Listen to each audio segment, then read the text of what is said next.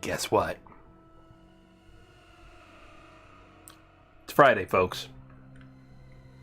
It's Friday, folks. Welcome back, everybody. Welcome back to Secret Squirrel Games. I'm your host, Secret Squirrel. Again, we are here now on Friday afternoon, 3 p.m. Eastern Time in the United States. We're really at that end of the work day for a lot of folks, the end of the work week for them. Hopefully, all those folks are out there about to have themselves a great weekend. Looking forward to getting off of work today and going straight out, or going home, obviously, probably, first, and then going out and having themselves a good time or something.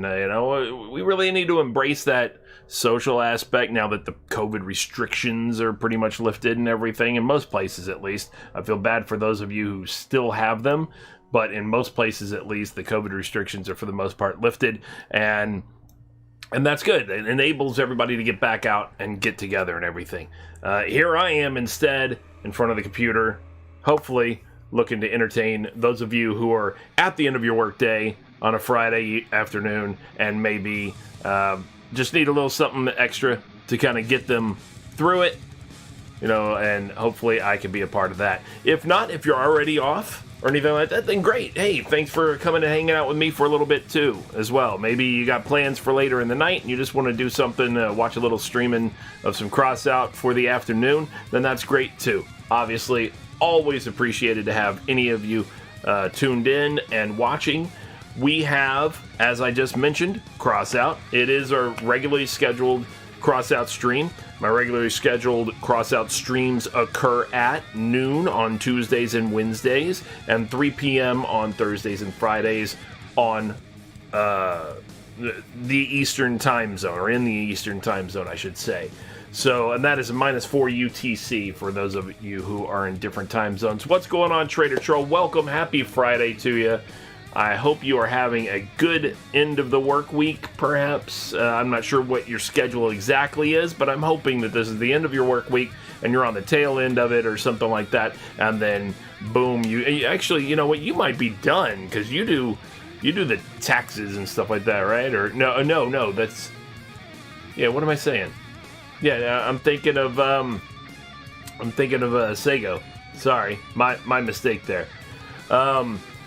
It is the end. Excellent. Ready for the yard. Ready for the yard as in going to work in the yard, or ready for the yard? Yeah. I confused it for a second there. Or as in gonna go and enjoy the yard. Go hang out. Mowing. Mowing 4 acres. Well, hopefully you'll make it as enjoyable as it can be, at least. I assume if it's 4 acres, you have a riding lawnmower at least, right? Or the equivalent thereof, maybe even something larger than a regular riding mower. But hopefully, if it's 4 acres, you're not pushing something. Okay, that's what I'm saying. Or the equivalent thereof, some kind of a machine that you can sit on and drive around to do it instead of. There you go. That's what I'm talking about. A tractor, something like that. Something more than just getting out there and trying to push something. That's the point. I'm not talking about necessarily it has to be the smaller riding lawnmower versus a larger device. Obviously, if it's 4 acres, that's a good chunk to have to mow. So I'm just saying something you can sit on instead of having to push. Right. I gotcha. Absolutely. I'm familiar with them. My sister has a few acres as well, and she's got horses and all that kind of stuff.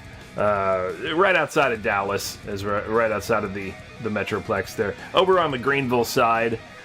So yeah, I'm familiar with it. Every time I go, that's where half the time at least, that's where we stay. Most of the time, that's where we stay, is over at her place. So definitely familiar with it. But yeah, sitting is the way to go. Sitting is the way to go, by far, for sure. But hopefully, once it is mowed, and hopefully it won't take that long if you have the right equipment, which it seems like you probably do, then hopefully once that's all taken care of, like you said, then you get to also hang out and enjoy it. Nice. Cruise and a canopy. Very nice. Yeah, you're going to need that canopy. I'm sure it's hot. I don't know. I haven't checked what the temperature is in the Metroplex area anytime recently, but I do know that it is the middle of July, and I was raised in the Metroplex area, so I do know that it is hot. 90's not that bad, actually. 90 is not that bad. Not that bad at all for mid-July in there, in the Metroplex. Now, 90 here in South Florida is a lot worse because of the humidity. 90 is ugh. But 90 in the Metroplex isn't near as bad. That's not so bad at all. Now, I would have thought it would have been like closer to like 96, 97 at least. Or it could have been one of those few weeks, where it hits. I'm not saying a few weeks straight necessarily. It'll happen like, a week and a half, and then for another week and a half later on or something like that, where it'll hit, it'll crest that 100 and get up there in the, 103s, 104s, with the occasional day where it gets up there in the 108s to 110s and stuff like that. That's harsh. That's rough. Having said that, it's no Kuwait. I can say that. It is not Kuwait or even Iraq for that matter. So it's not that bad. Once you have that other reference point, I can go back to the heat in the summer of North Texas and be like, whatever, it's not that bad. Yeah, still a few weeks away from the triple digits. They're looking at what, late August? Mid to late August? I guess. Yeah, I mean, that still pans out. Yeah, July and August, man. Late July through August. That's the time period, man. That's when you got to get something to cover your dash, or it'll crack the plastic. Oh, yeah. India's humid as hell, too, I'm sure. Well, depending, obviously, where you go. If you're up in the mountains, it's different. But, good portions of it, I'm sure, very hot and humid as well. I've never been to India, but I'm familiar with the region, let's say. Considering their neighbor is Pakistan, and the neighbor of that is Afghanistan. So I'm familiar with that region to a degree. I've spent some time in the area, we'll say. But no, I've never been to India itself. But I'm sure it can get definitely in parts quite hot and humid as well. Now, probably the most humid or the worst heat index that I've been in as far as heat, hot and extremely humid was the Philippines. That was, or Vietnam. Well, either one of those is rough. Bad times. I feel fairly certain that though I did not get it checked or diagnosed in any way, I feel fairly certain. I feel pretty damn certain that in the Philippines I ended up with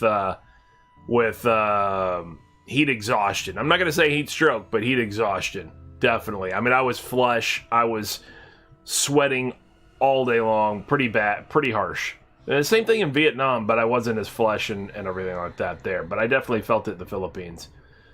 Because, yay, the military rules where you're not allowed to roll up your sleeves when you're in certain areas. You have to have your sleeves rolled down, and you have to be in the full long pants and long sleeves and the whole thing. And a lot of times that stuff just doesn't breathe. Yeah, well, right. Yeah, I didn't go into heat stroke. Yeah, I knew I didn't go into heat stroke, but I'm pretty sure I was suffering heat exhaustion, But it was pretty interesting. I do distinctly remember the moment when I sat there, because I had been there from just about dawn, all the way until midnight, standing outside. We were managing a pier during humanitarian operations that we were doing, and I was in charge of the pier operations. And I'm out there with my guys and all this stuff, and I look over and I see this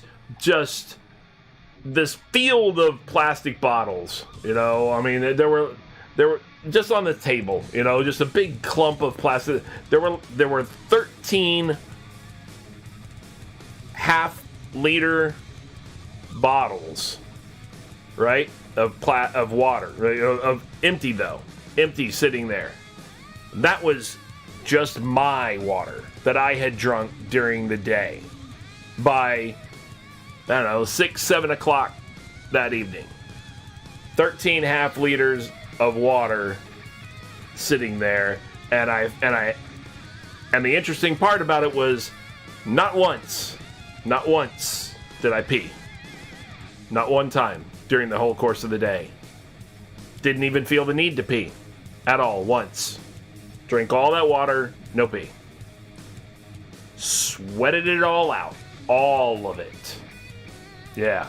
Oh, yeah. Absolutely. Storms in Southeast Asia are rough. Typhoon, they don't even have to be typhoons. They can be rough storms. Just dramatic storms. High winds, lots of, blasting rain, pelting down. They can get some pretty damn dramatic storms. We had one in Cambodia, again, on the pier, managing the operations and stuff like that, or whatever, and the winds were coming in off the water, and we're literally, we had, pop-up tents and stuff, and they were anchored down, weighted down, not near enough. The storms were coming. We were standing there trying to hold the tent down, by the crossbars and stuff, just trying to hold this thing, just getting pelted.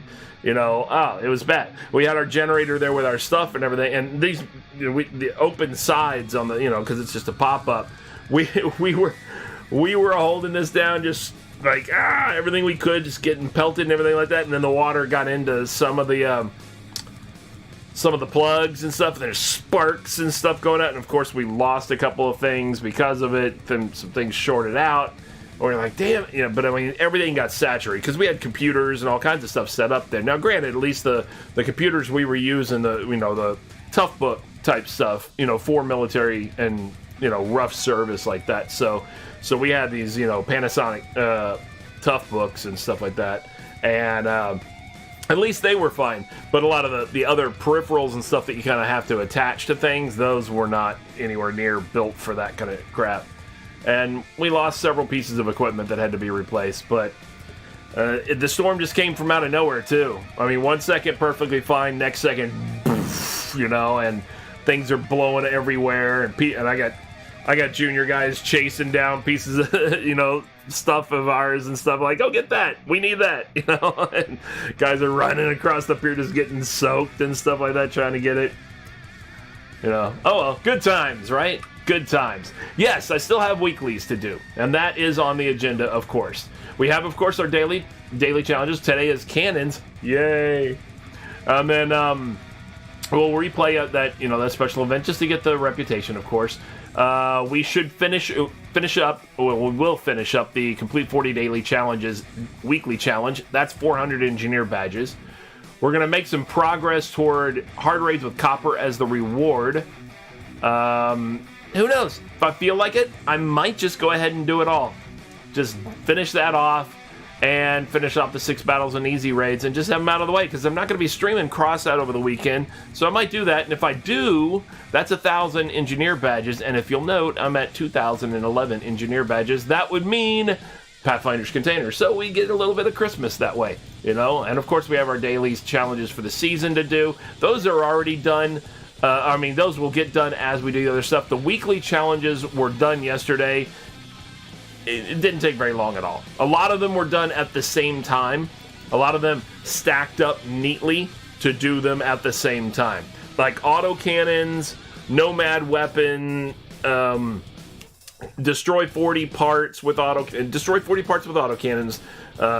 2 modules 3 times. It was destroy 40 parts with autocannons in 5 missions.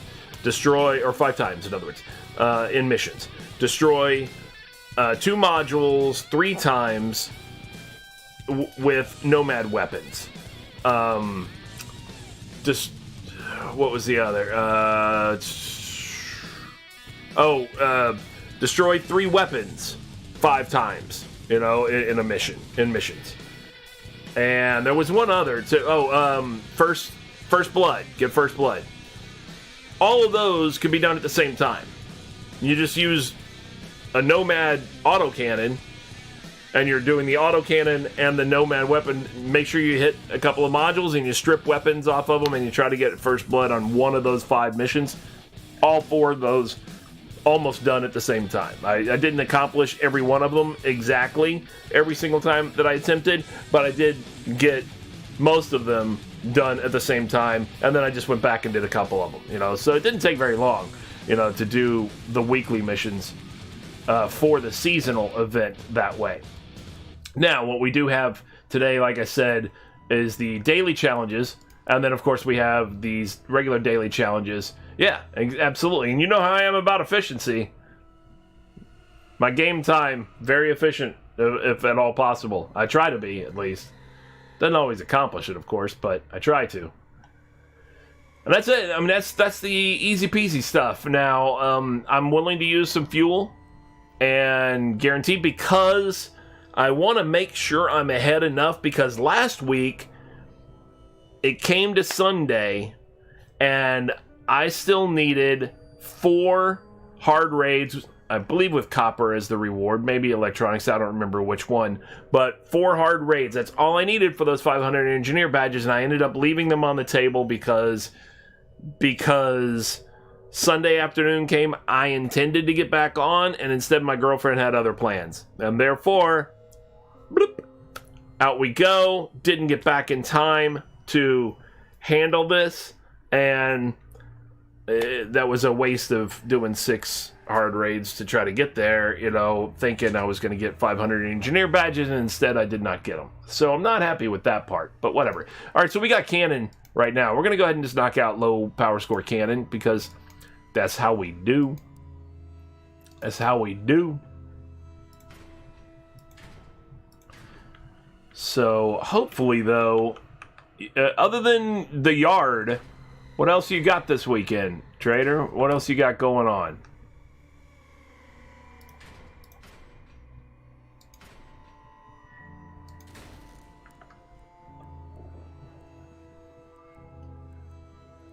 Now, I haven't been to North Texas since... Well, that's not true. I was going to say since COVID, but that's not true. I have been since COVID, but it was still quite a while ago. So, oh, the game Raft? I was interested in that. See, I've got that. And I was playing that, and I mean, obviously, you know going into Evil Genius that it's going to be limited in, what all you're doing. Ow. Whatever, that's fine. No, it's not fine. I want the wheels darkened. I don't know why. I just think it looks tougher that way. Alright, so we're going to go knock out some missions, 5 missions. That'll knock out our daily challenge requirements for 2 battles and missions. 2 battles and missions are raids using a cannon, because we are equipped with a cannon. That'll knock out those 2, and then the follow-ons to both of those 2, which is win 3 battles and missions, and win 3 battles and missions or raids using a cannon, turret cannon, or plasma gun. So we're going to just do 5 of those real quick and easy. Like I always say, anybody who's familiar with my stream should know by now that when we're doing crossout, definitely, if you're doing your daily challenges, we're all about efficiency here at Secret Squirrel Games, and what that means is low power score patrols are the most efficient means of accomplishing your daily challenges without having to dick around here or there and hope that you win this match or win that match, because the challenge says you have to win these, this many battles in missions or whatever it is, 2 of them and then 3 of them and things like that. Well, the best way to ensure that you win, and it's not always a guarantee, of course, but the highest percentage of win, at least, is by doing patrol, especially at the lower power score, because then you're fighting against bots, and at low power score, the vehicles, A, are squishy, The vehicles are squishy, I mean, A, and then B, also the battles don't take very long, so it's super efficient because you're not taking very long to knock out your daily challenges. Like, literally, you are taking less than a minute and a half, and each one of the battles is over. A minute and a half, and with calculated about the same for the queue. You're looking at 3 minutes total turnaround, times 5, you're looking at 15 minutes, maybe as much as 18 minutes or something like that, depending on how things go with the queue. The queue is usually longer than the battle themselves. So, although I've had battles that were only like 45 seconds. Literally 45 seconds, not even joking here. Ah, that missed. Damn it.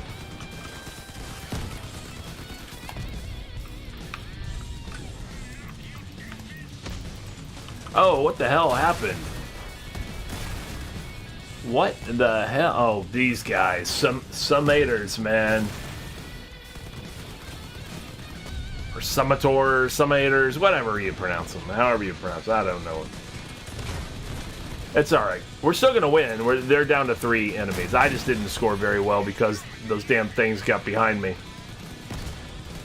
Well, I guess I put them behind me when I turned, but still, the point is... But even with me not contributing that much on this one, see, battle's over already. And it's a victory, so that counts already as far as getting our daily challenges done. See, I was terrible in that one. But let me just show you. That took 1 minute and 26 seconds. Did I say about 1.5 minutes? I did. I know I did. I've got it recorded. We can play it back. We can play it back if you don't believe me. I said 1.5 minutes, and there it is, 1.5 minutes. Or just under. Alright. So, yes. So now, what I did say also is that sometimes the queue is longer than the battles. So we have to wait and see. Sometimes it's, of course, short, and sometimes it's, as much as almost 2 minutes. But we knock out 5 of these, and we've accomplished 5 daily challenges. Win 2 battles in missions. Win 2 battles in missions or raids using whatever the weapon of the day is. In this case, we're using a turret cannon. The follow-on to both of those, which is win 3 battles and missions. Win 3 battles and missions or raids using this weapon. So if we do 5 of these in 15 minutes, basically, or thereabouts, we've already accomplished those 4. Plus, there's a daily challenge that just says, complete 3 daily challenges. That's gone too. So we've accomplished 5 daily challenges within 15 minutes if we do this. See, 1 minute and 9 for the queue. Not a problem. So within 15 minutes or so, we should be done with those 5. And then we have another one that's just buy or sell an item on the market. We're going to knock that out too. We'll be done with 6 daily challenges like that quick. And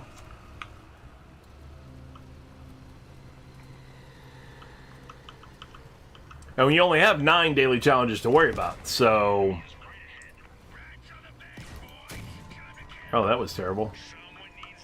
Why'd they go off to the side so bad over there?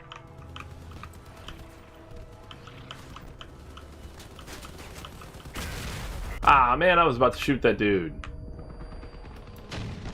What in the hell is going on with my cannon firing so weird? Alright, so my target is on him. Thank you. And of course, in order to do it, I get hit myself. That's why I hate cannons.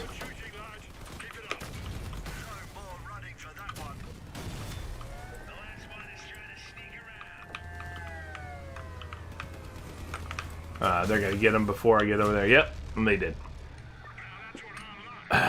Anyway, alright, so see, not great on that one either, but cannons don't have the fire rate that I want. But 1 minute and 7 seconds on that one. We're breezing through these things. Breezing through them. We've already accomplished the win 2 battles, and missions or raids using can. They've been replaced by their follow-ons, and we're 2 out of 3 here with complete 3 daily challenges. Let me go ahead and see if I can, because I think it's buy or sell an item on the market. Is that what it is? Offering 24 right now, so I will take it because why not? Oh no, I didn't. I hit buy. No, whatever. I don't care. I don't need them. I don't need them. Whatever. They're offering 24. I'll take the loss. I don't care. I don't care. There. But buy counted too. Doesn't matter. I'll get rid of it. That was ridiculous. I was just trying to rush through it. I mean, it only costs a few pennies, so it's not a big deal.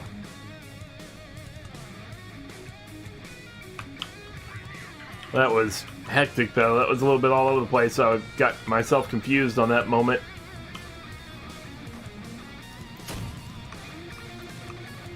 Boom.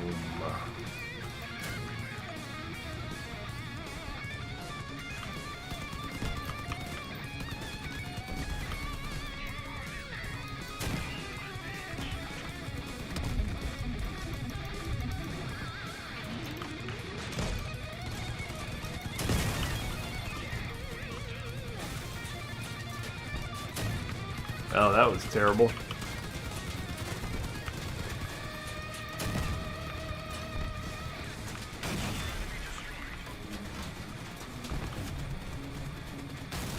Ah.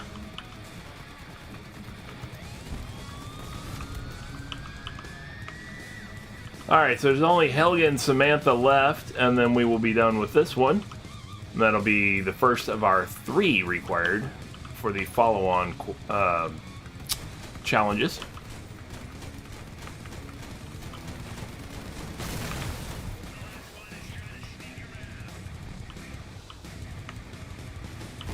Oh, they got him. All right.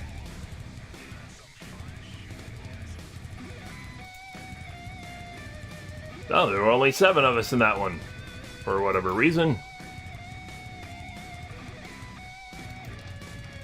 And in doing that, we've already accomplished our first of our seasonal daily challenges as well. So we're 1 of 3 here. We need 2 more of those, and then we'll be done. That one took, what, how long? Minute 18. Not a problem. What's going on, Roughneck Gaming? How's it going today? Thanks for tuning in. Hopefully you're enjoying your Friday afternoon. Ready for a good weekend. Oh, by the way, this brings up the... since I just happen to be putting this up to my mouth right here. Hear that? That's the sound of me enjoying the unofficial drink sponsor of this portion of today's stream, Diet Dr. Pepper. Cool, crisp, refreshing. Diet Dr. Pepper tastes more like the original than other diet drinks. I'm going to keep doing that till eventually somebody who works at Dr. Pepper marketing comes along and offers me free Diet Dr. Pepper to make it the official drink sponsor instead of the unofficial drink sponsor. That's what I'm going to do.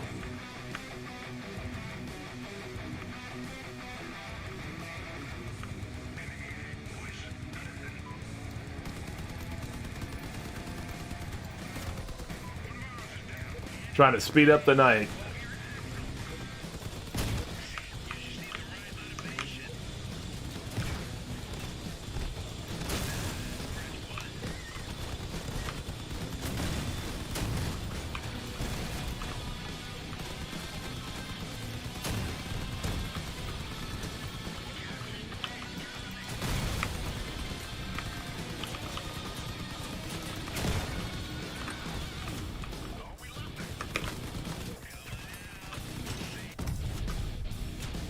$13-hour shift. Nice. Speed up the night. It's nighttime where you're at. Alright, what time zone would that be? Roughneck.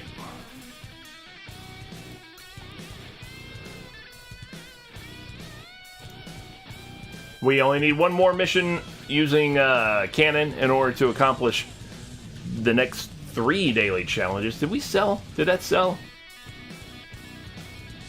It didn't. Buy or sell an item on the market.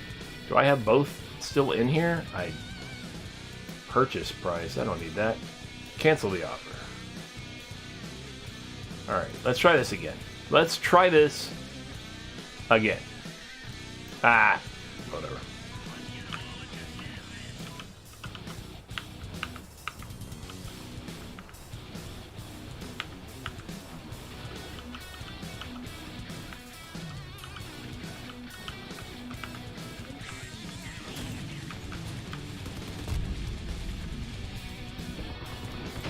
God damn it.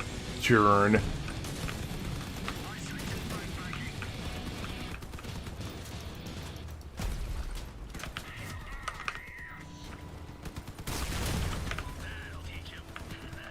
Oh.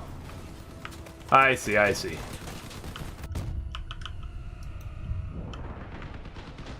In Kentucky. I've never been to Kentucky.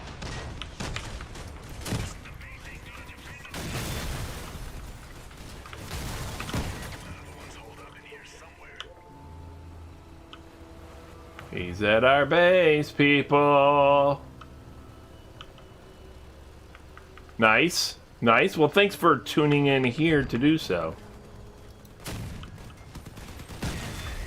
We know you had lots of Twitch choices out there, and we appreciate you choosing. We here at Secret Squirrel Games appreciate you choosing Secret Squirrel Games for your Twitch viewing pleasure.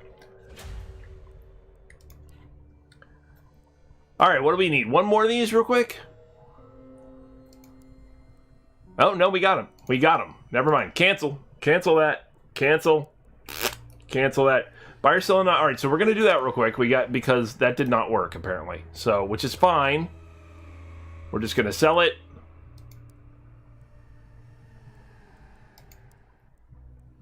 And now it's gone. Okay, there we go. Now it's out of the way. Excellent. Yeah, 250. Yeah, absolutely. I mean, it's the same time here. I'm in the East Coast time zone as well. But storming. It is not storming here. It is warm and sunny, and it's sunny South Florida, so it's like this quite often. But in the summer, give it another hour, hour and a half, we'll probably have a little bit of a rain for just briefly, and then it'll move on. Just like Hawaii gets, you know, you get that afternoon rain, afternoon, early evening rain. It's the same here.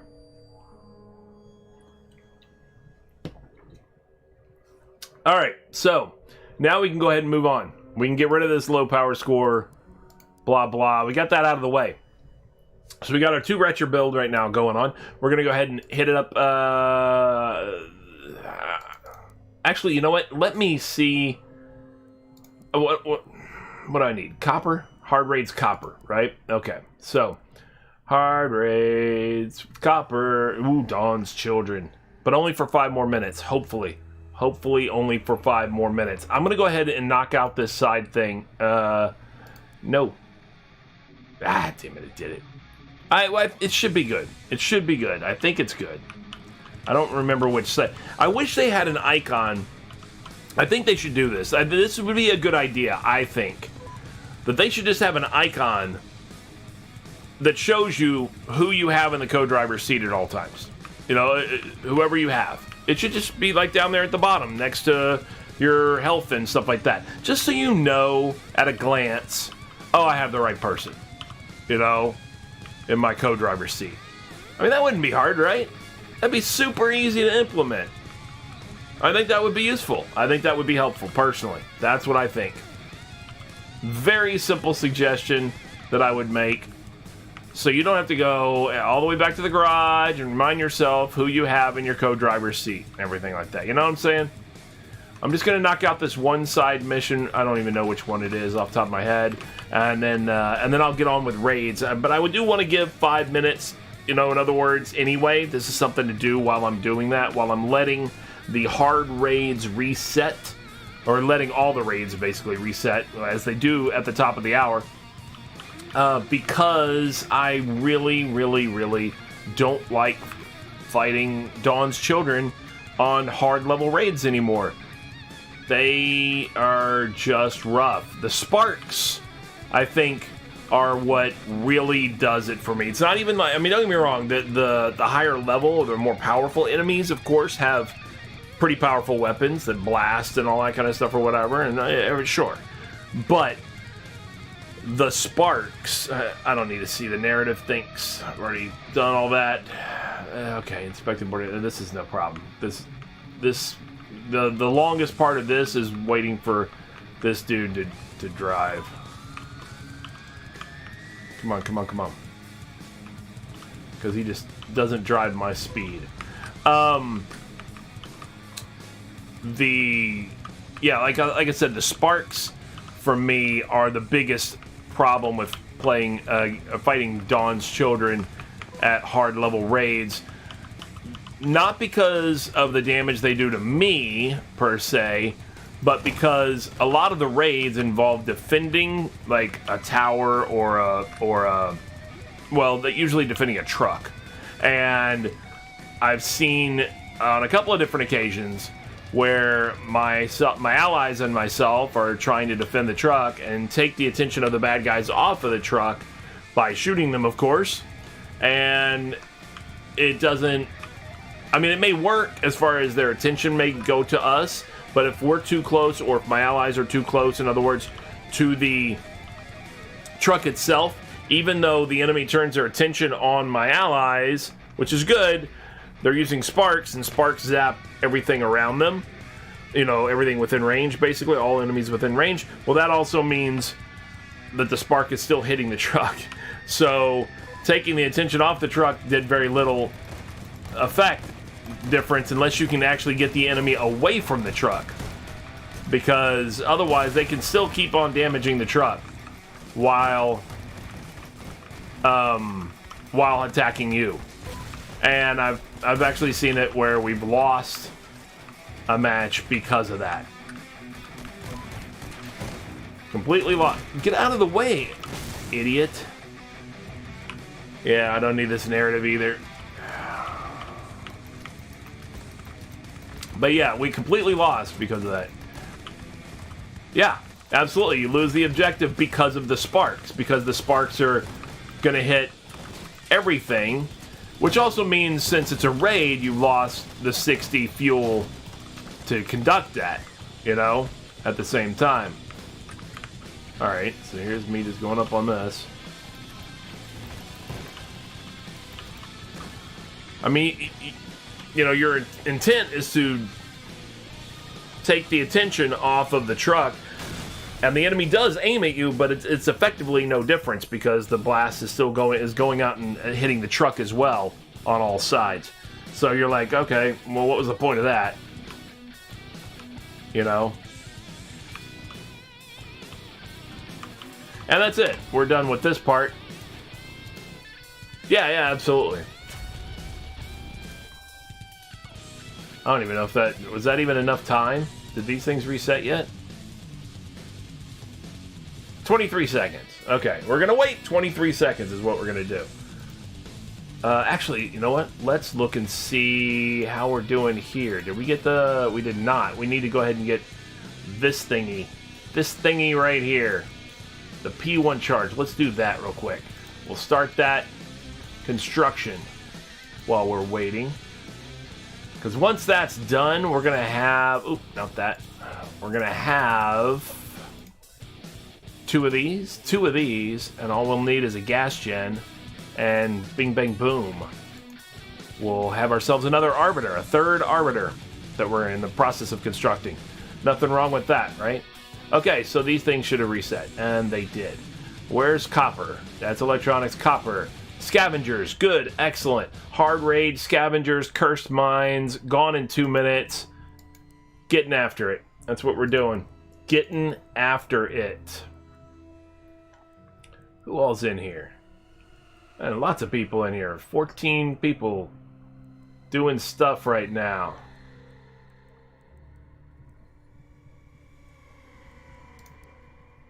Here, I'm going to see if Moogles wants to go along.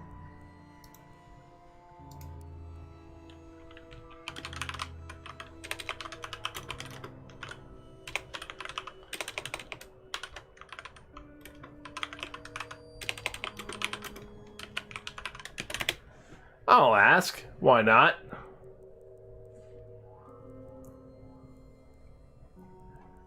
I don't know what... I assume Welly's probably streaming. He likely is. And he is. If he's in Crossout, he's usually streaming.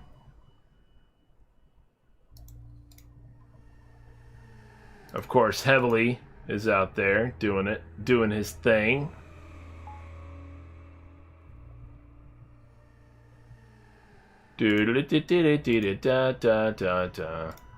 What do we got? What do we got? Yeah, let me just sort out. What did he say?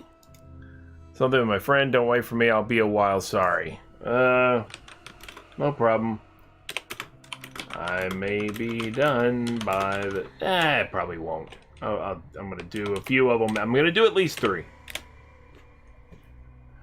I'll do at least 3 because I have the free fuel for that. But I may go beyond that. Who knows? We'll see what we're going to do.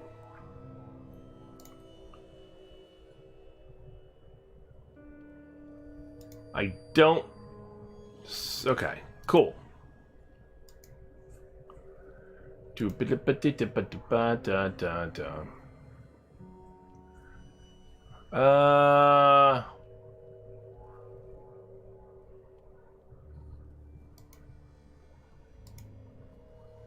Alright. So this is what we're going to do. And we're going after it. Let's make it happen. Let's make it happen. We got to get those engineer badges, people. Got to... What did I say I need? I need 6 of them? I need 6 of them. Okay. I might just go ahead and, like I said, use the fuel just to make sure I get them out of the way. In fact, if I use the... If I use the fuel, and I still get 200 200... What's going on, Timmy? I was just looking at... Saw you were online. I was about to see if maybe you wanted to... well, it'll be next time now, I guess. I was going to see if maybe you were going to be interested in doing hard raids for copper as a reward.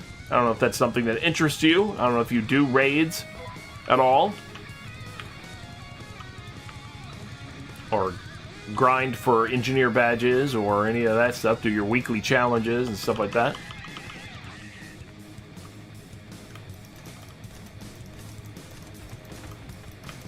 Alright, well, as soon as this one's done, if you're good with it, then we can team up and do some of these.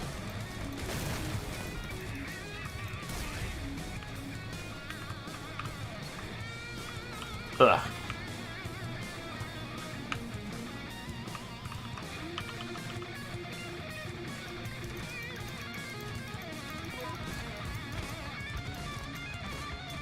Did I overshoot all these guys? I think I just did. There they are. Or I undershot them. I think I overshot them.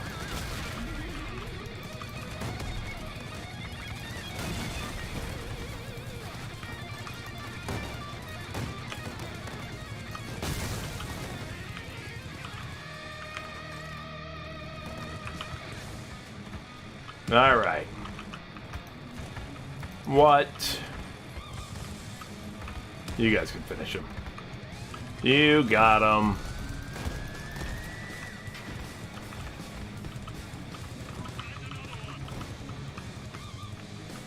Changes you made to Pestilence. Is that the name of a vehicle of yours?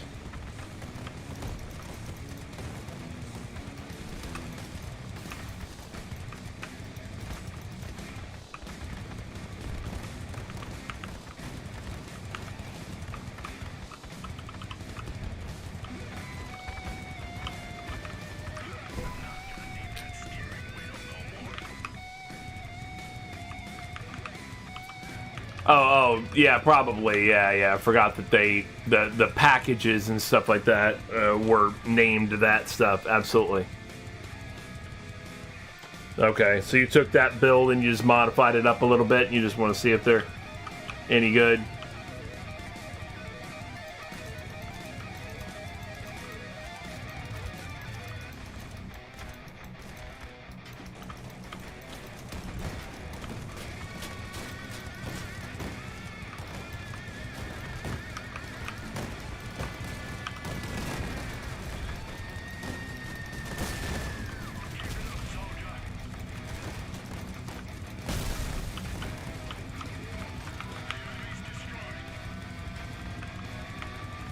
Okay, upped its power score a bit.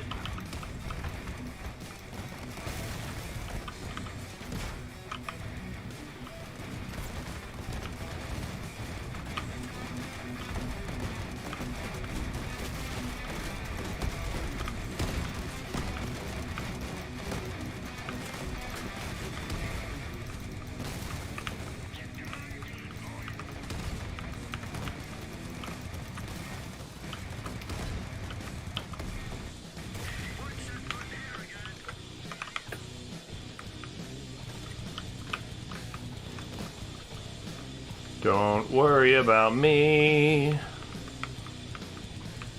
Don't cry for me, Argentina. And 2 of the fuel tank and some other things. Nice.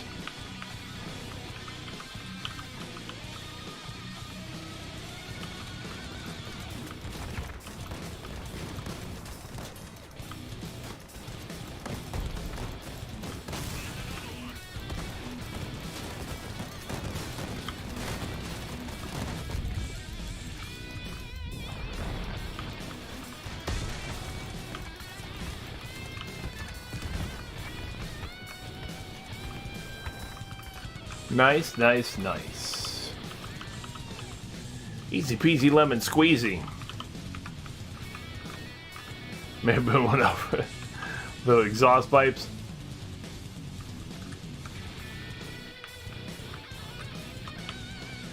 Hey, some people like their exhaust pipes. What are you going to do?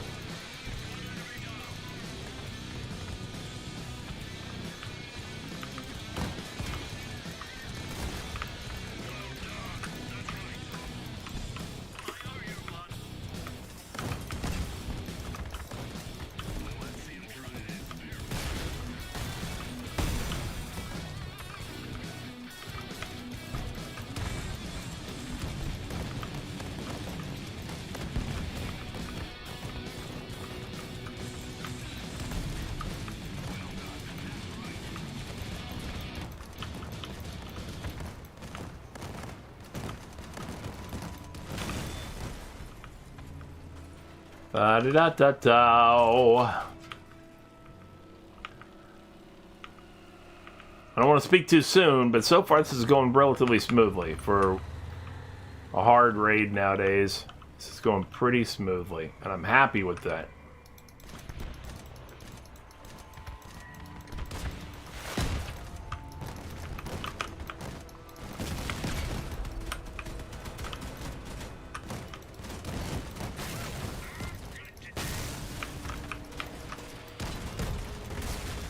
Maybe stop paying attention to trying to push the truck and instead paying attention to killing the enemy. We might be better on. Well, I appreciate you doing that, Timmy. Absolutely. Okay. No big deal, Moogles. I doubt you're watching, but still, I will let him know.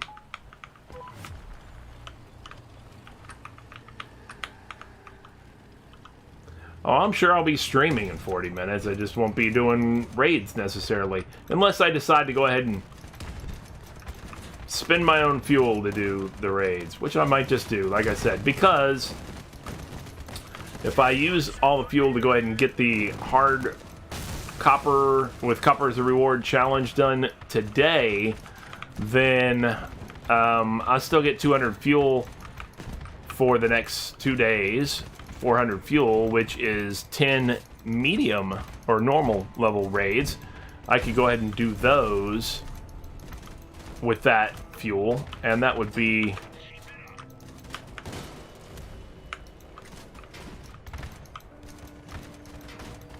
alright too. You know, it's 150 more engineer badges. Why does this guy keep backing up into me?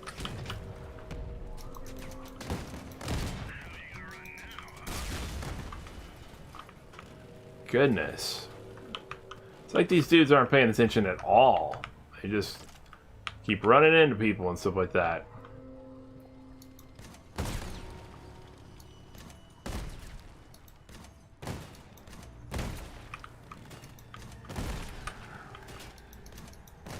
Well, it's like when, you know, that's what I hate about politics, is people make dumb decisions purely based on politics, you know, way too often. Like, when COVID was starting up, and or not starting up, I guess, you know, middle of it, or whatever, fuel prices, oil prices, I should say, were really, really low. I mean, so much so, it was actually negative value per barrel, you know, and because Saudi Arabia and Russia were having a beef about it, and Saudi Arabia was trying to kind of shut Russia out of it, basically. And there was opportunity anybody who's played the market knows the opportunity. You know, you buy low, sell high, right? Or just buy low so you don't have to buy high later on, right? And of course, our president at the time was not favored by the opposing, political party by any means, as they usually are not, but like really hated by the opposing political party. The problem, though, is that it doesn't matter what political party you are. That is an opportune business moment right there. And to deny it is just dumb. If you're going to deny it just because it was the idea of somebody you don't like, that's just dumb and bad for our country. And yet, that's exactly what happened, because our president wanted to purchase oil. He said, let's fill up our reserves of oil while it is super cheap like this. And I mean, the price may never go down this low again. It's never been there before. So he was like, let's do this. We need to be spending money on oil right now. It'll save us a ton of money later on. And of course, politics came in, and they're like, no, we need to spend all this money on all this unemployment checks and all this money on, COVID relief this and COVID relief that, which I wouldn't necessarily be that against if it was going to COVID relief and not people's, not politicians' little port plans of, oh, I want a tunnel in my district and things like that kind of stuff, which is what, of course, it was going to. But the problem with it is, like I said, you have these historically low oil prices, and we're not taking advantage of it. And that's just a sad shame. The president really wanted to, and I'm 100% in his camp on that one, saying, yeah, we really should have bought oil just then, and we did not. And as a result, we missed out. Big time missed out.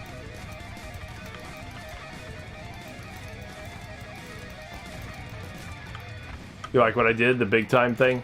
Because that's what he would have said.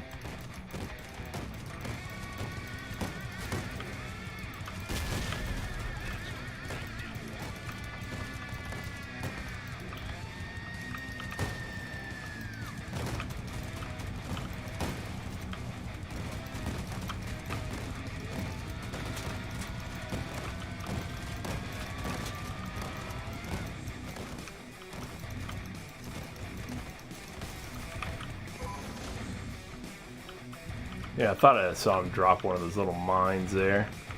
I don't want no part of that. I've already died once, so I'm not looking to do it again.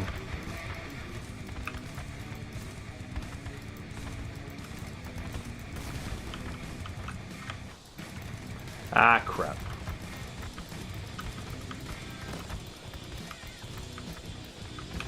I knew I had his attention now.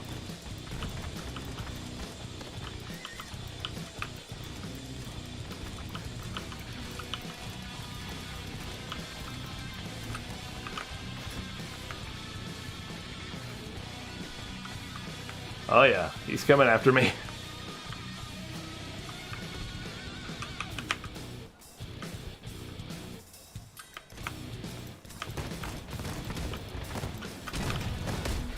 Ah.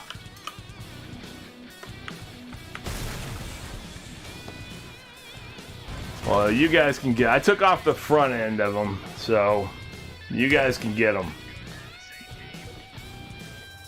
Can you guys finish off his... Oh, Moose is gonna die again? Yes.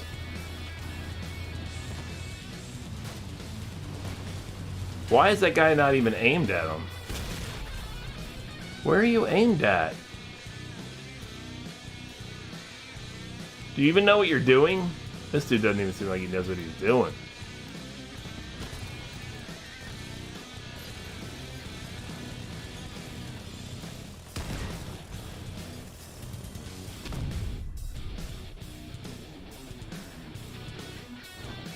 Come on. Come on. There you go. Woo! I didn't want to have to spend a repair kit, man. That bites into the profitability of it. Alright, let's do it again. We're going to do it again. We need these hard raids with copper as a reward. We're now at 5, excuse me, of 10. There you go. Yeah, well, none of them endlessly spawn. Oh, crap. Yeah. Yep. Thanks, Timmy. Thanks. I forgot to do that. Thanks for reminding me. Thanks for tuning in and reminding me. I wasn't paying attention there for a second. You're barely over the power score minimum. Have you played this vehicle yet in the hard raid? Because to be honest, quite often I find that people who are like barely over the power score minimum now end up being more liabilities than they are help in hard power score raids, because they end up getting killed and then they end up getting killed again and then they're not there anymore. And so now you've got, a party of 3 fighting a raid that's meant for 4. In other words, the number of enemies and stuff is scaled for 4. But we'll see. This is the highest you got. Okay. Well, I mean, it's the best you can do. We're going to hope. We're going to keep our fingers crossed for you. We'll do our damnedest to make sure you get through this. But I don't expect it to be easy. That is why they call it hard, right?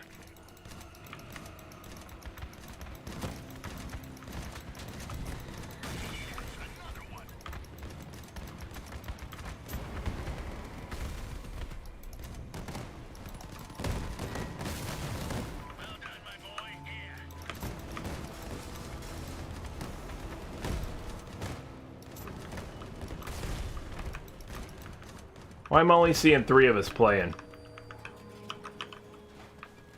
Alright, now he's coming in. Now he's moving.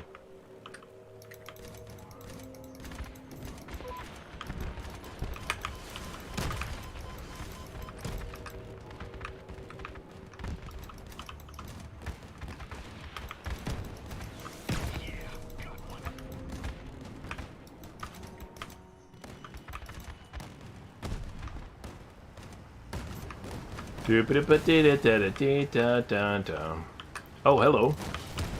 Alright. Didn't know you were just gonna come over to us. Normally you stay on the other side of the map till we get to you. Oh, what's the matter? You unhappy that you didn't get to use your little laser pointed cannon thing on me? I'm sorry.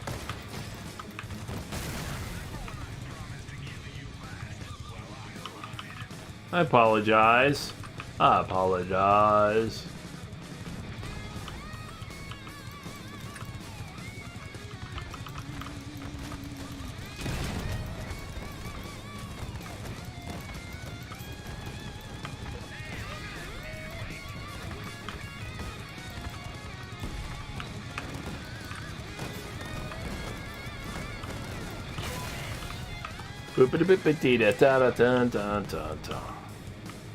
Come on. Let's get her.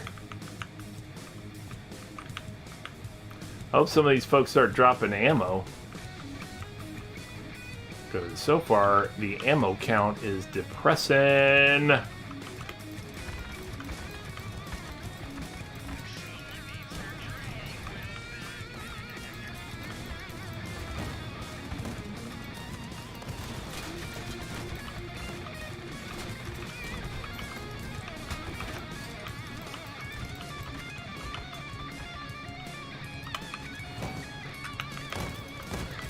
Yeah, it seems like it. I didn't see the name, but or I didn't pay attention to the name, I should say, but I did see that the other vehicle, simple double retro sitting up high on the back. Yeah, this guy, Australia. Oh, I'm not sure what cabin he's using. Probably Harpy, I would imagine.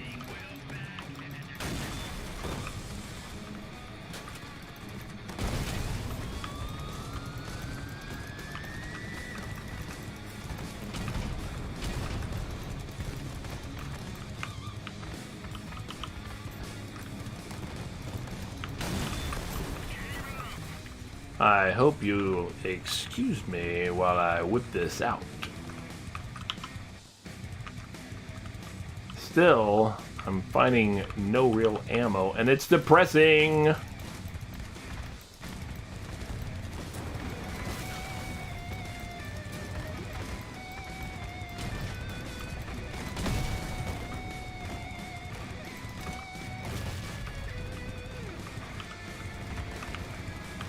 None of these guys have dropped ammo. There we go. Finally. I'm like, are you kidding me right now?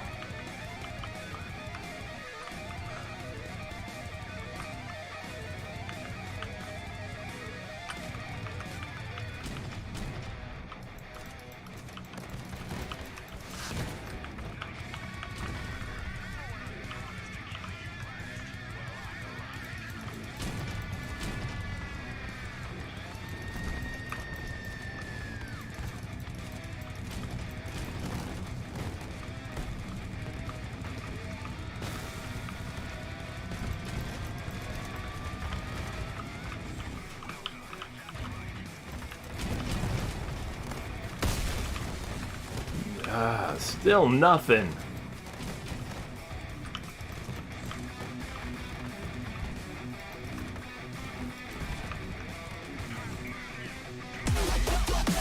Oh, Heavily coming in. What's going on, Heavily? A raid. What's up, brother? Hopefully you're having a great day today. How has your Friday been? Are you ramped up for a wild Romanian weekend? Sounds like a movie from the 80s or something. Like kind of like a Weekend at Bernie's kind of thing. That's what I picture. Or maybe that would be like the no, they were Czech. I was gonna say the movie with Steve Martin and Dan Aykroyd's characters from Saturday Night Live back in the time, but they were Czechoslovakian, two wild and crazy guys. 9 hours, nice. Putting that time in. Now that you're an affiliate, tomorrow you're at work. Yeah, oh, so you're... Alright, so that's good. At least you're back at work. I know you had said you would talk to your boss and they were probably going to let you come back. So I'm glad. Definitely glad.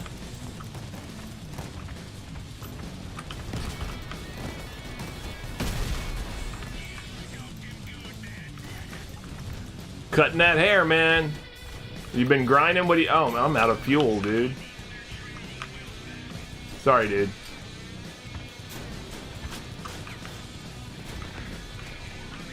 I mean, not fuel. I'm out of ammo. And nobody is dropping ammo this match. What in the hell is going on? One ammo thing. Thank God. This is like the third ammo out of this whole raid. Oh my God, this is terrible. The random number generator is killing me with the ammo here.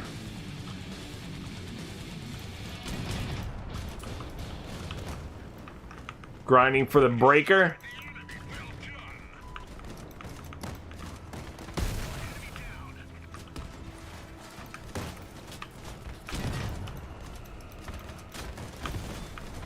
Oh, something just hit me hard. Took off a big chunk of my front of my truck. I'm back out of ammo again. I'll at least take your wheels off. Stop you from running around so my allies can get you. Good. I'm getting these ammo things, man. Even though I have no front wheels now. And I don't.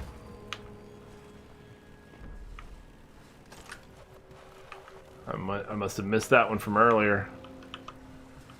Yeah, this guy knows. He's like, damn, I need ammo. I don't know if he starts with as much ammo as I do even, so he may be even in worse shape than I am in regards to that. Hardly any ammo drops this raid.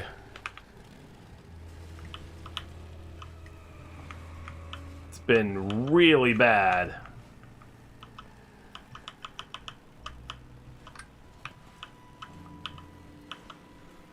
That's terrible. Craft legendaries to sell and buy uranium. That's good. Nothing wrong with that. And I craft legendaries because I don't have much, and so I need some. I need some. People want to play, you know, and they're like, oh, do you have a such and such? No. Do you have a such and such? No.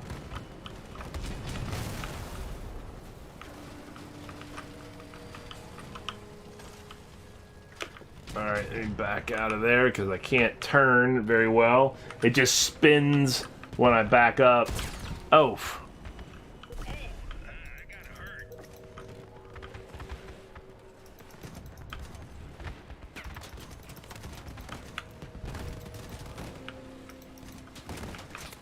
I'm about to die.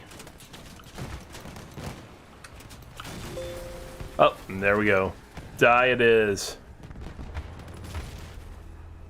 Alright. Alright, so somebody's shooting me from behind. And this guy's running me into the wall. Okay.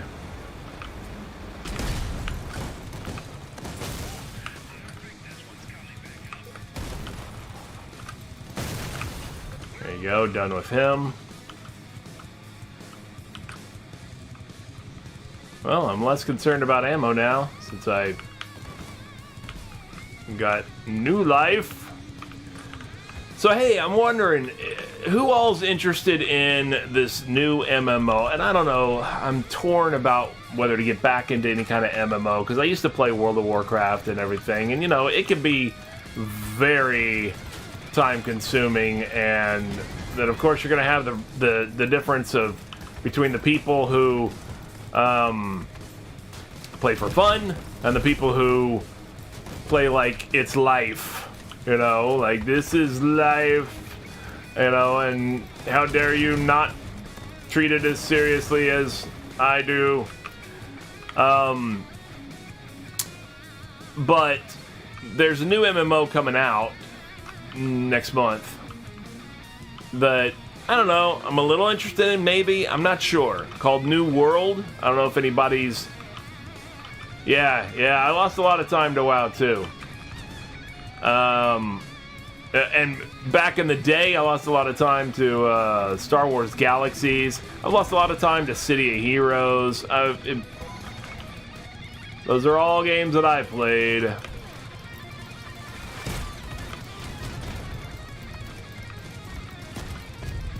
Oh, Jesus. No, thank you.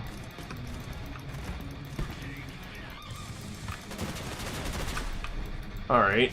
I would really rather not. Thank you.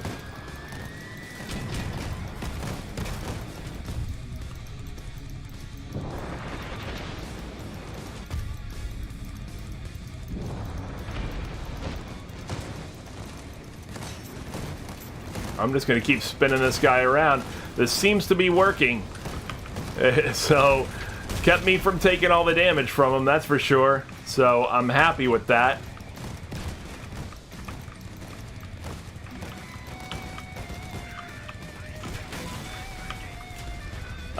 So yeah, I'm thinking about this new one called New World. It comes out, like I said, next month. It's from Amazon Games, actually. How about that? As in Amazon, you know, Amazon. I was gonna say Amazon Books, like it originally was. But no, it hasn't been that for a long time. I don't know why that popped into my head. No, it hasn't been that for a long time. Oh, okay, Timmy's out. Alright.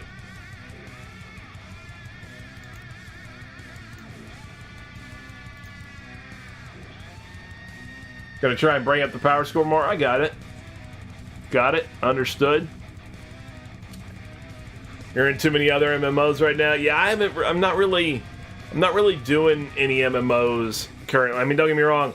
Somehow they actually try to justify classifying this as an MMO, which it's not. It's not. It's a multiplayer online. It's an MO, but it's not a massive multiplayer online. First off, the numbers aren't that massive, as far as who's on it.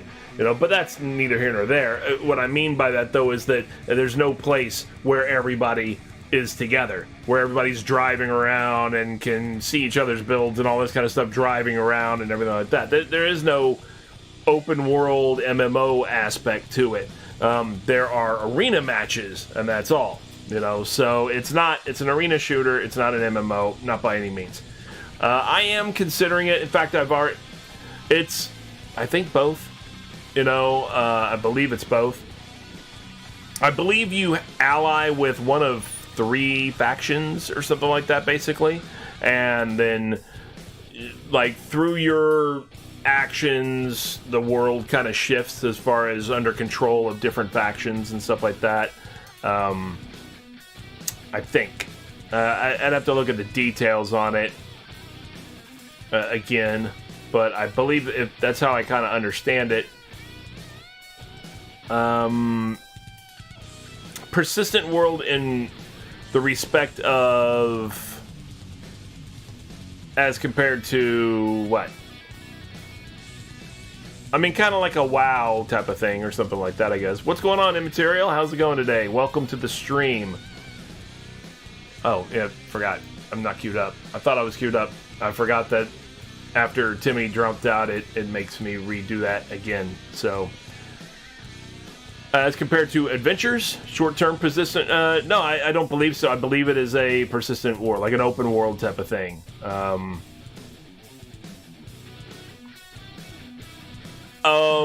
don't... Well, the world does. Obviously, you don't, I guess. I don't know. I think... Isn't that the way Conan Adventures or whatever is, or Conan Exiles is as well? Isn't that where you, like, you can build a house or something like that. You can build a structure, but if you're not online, somebody can come and tear it up or something like that. And I don't know if New World does that or not. But I do know that supposedly you can build some stuff in it. I don't know. I'm not sure of the details, really. I've only seen a little bit on it, and it looks interesting, and I've heard good things. Yeah, that's what my understanding is, that Conan is completely persistent like that.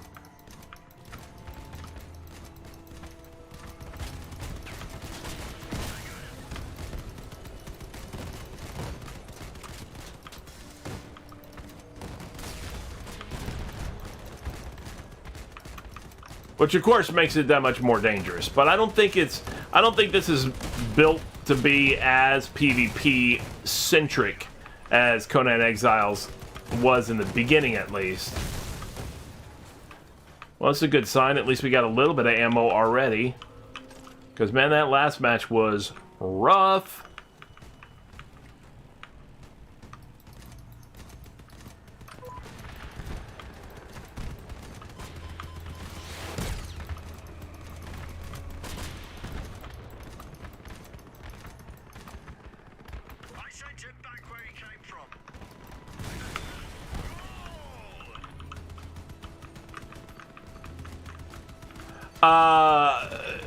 No, I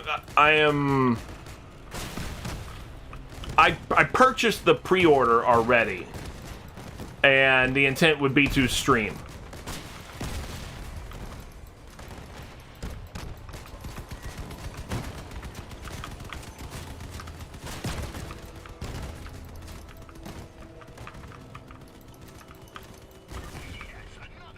Yeah, the intent would be to stream.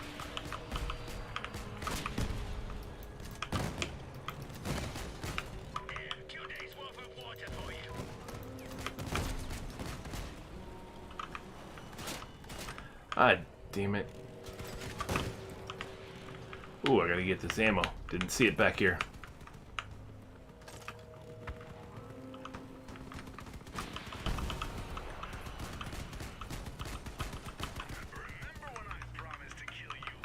Yeah, it would be, you know, to mess with it and stuff like that.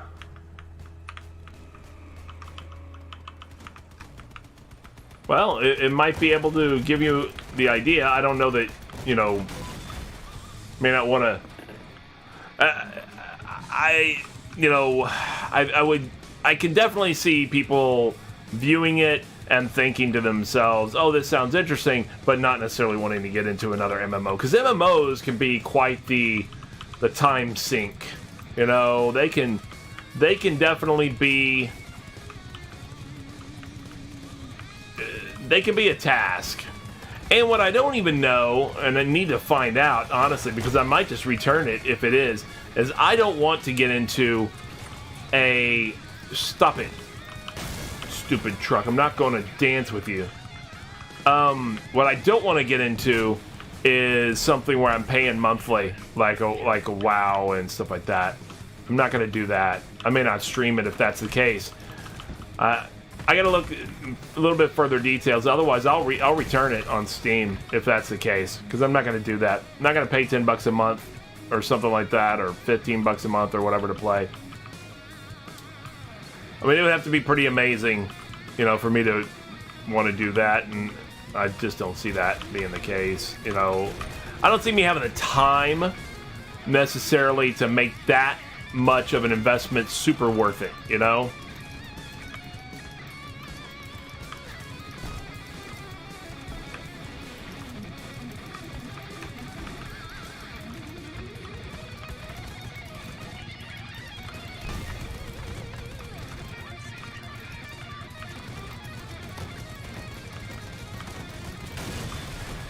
But it looks kind of interesting. I don't know. I mean, it doesn't look... It's... I think it's classless. As far as, you know, the gameplay and stuff like that. I don't think you play with classes. You just, like, skill based as compared to class based or something like that. Yeah, it seems a lot better, definitely. But that last one was rough.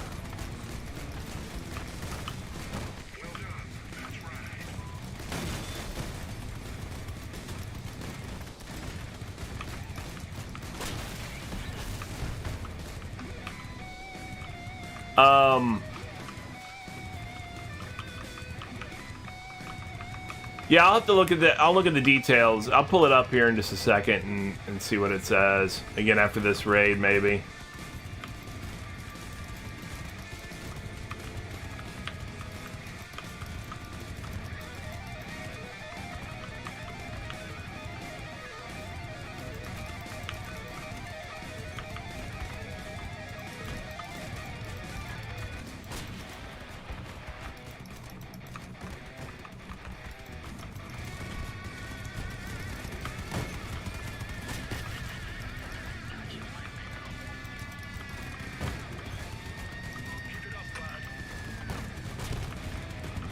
Can't seem to get any shots in here, really. These guys keep juking in my way.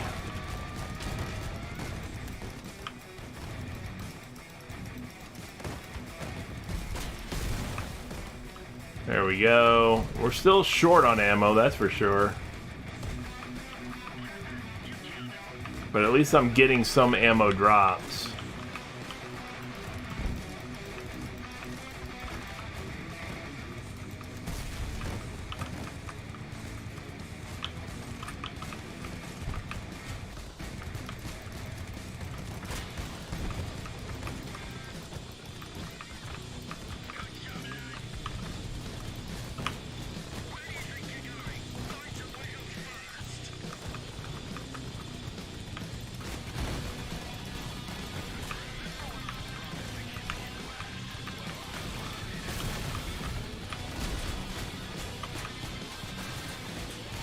Look, you guys could take him.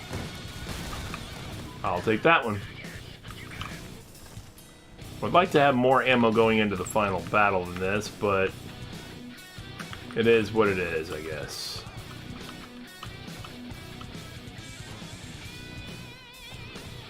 Don't get me wrong, 82 is still more than the default, and we're not going into the final battle. I forgot, we still have to do the other things. Goodness, for some reason I was thinking we were at a different turn.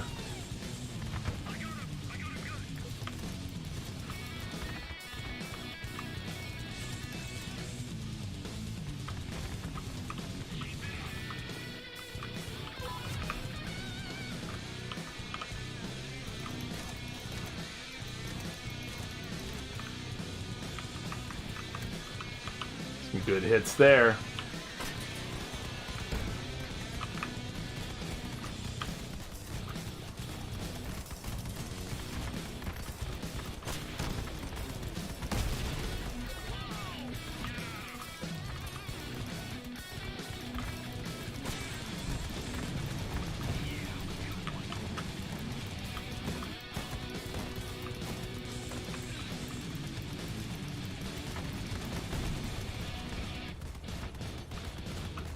That's cool. I'll take this ammo right here.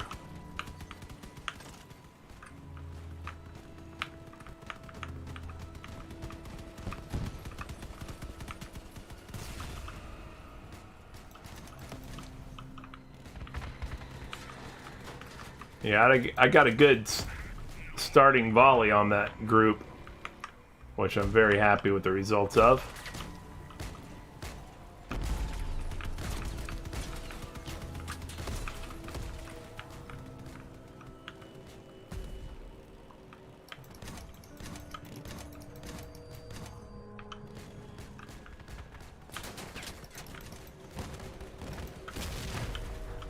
Thank you.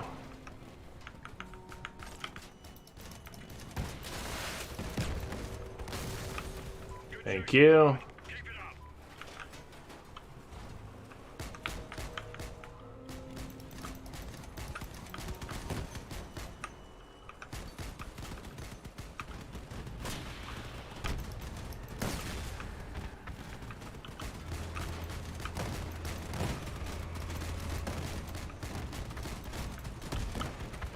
There you go, the whirl is off.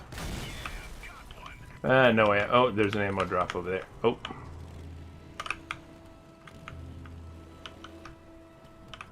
And I will take it.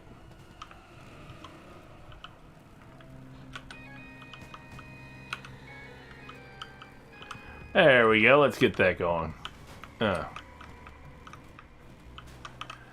Hopefully everybody's enjoying their Friday. Looking forward to their weekend.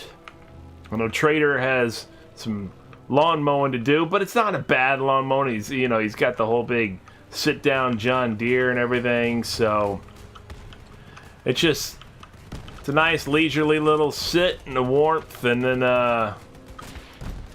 you got 4 acres of nicely mowed land, which is beautiful. Beautiful in North Texas. I love it.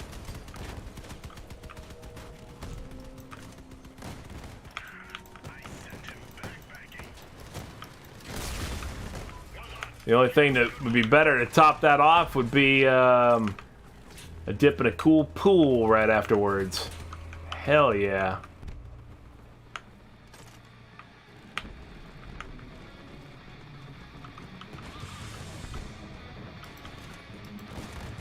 I'm not talking about some kind of, going for laps type of swim. I'm just talking about chillaxing. Tubing it in your own pool, man.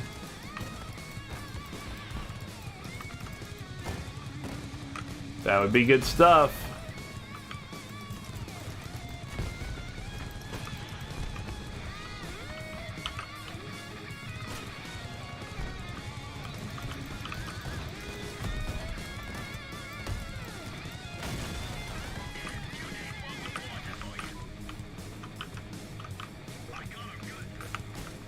In the summer heat, North Texas.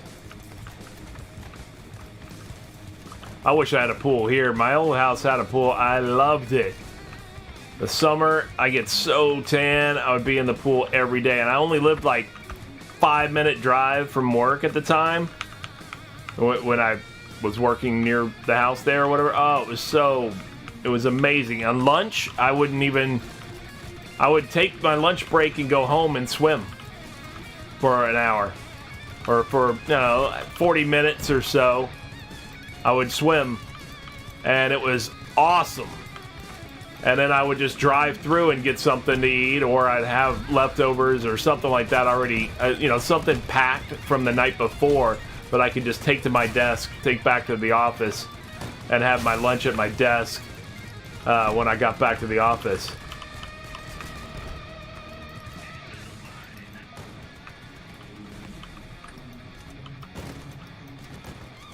It was the best setup. It was a great summer doing that.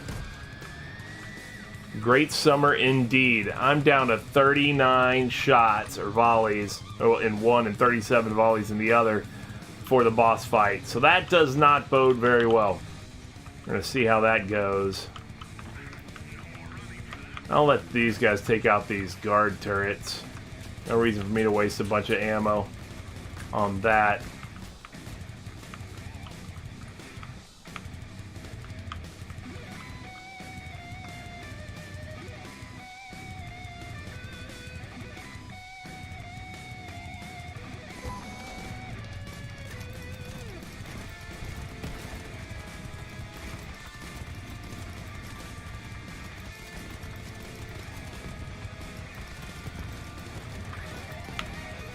Oh.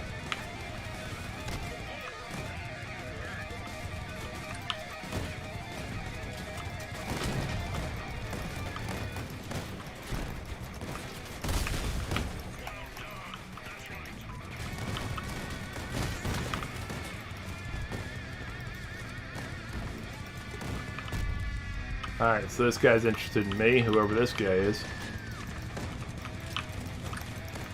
Oh, I'm out of ammo.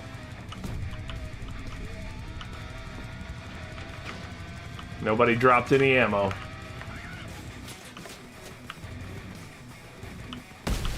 Ah, I'm stuck on a invisible corner. I was trying to get up there to blow up next to him, but I got stuck on an invisible corner on the side of that truck's tire. Apparently it has.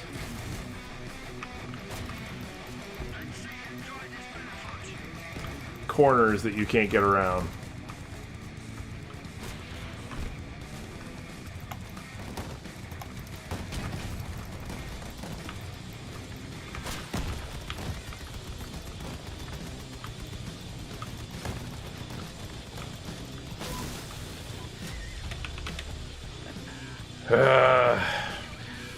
Annoyances. Ah, he beat me by 16 points. Timmy, did you raise the power score at all? Were you able to? Oh man, a lot of people dropped off. Timmy is no longer in the game, so I guess not. Alright, so we're done with that. Oh no, so you were there. Okay. You were not able to raise the power score more? Is that what we said? Ah, heading to a D&D session. Very good. Very good. Enjoy.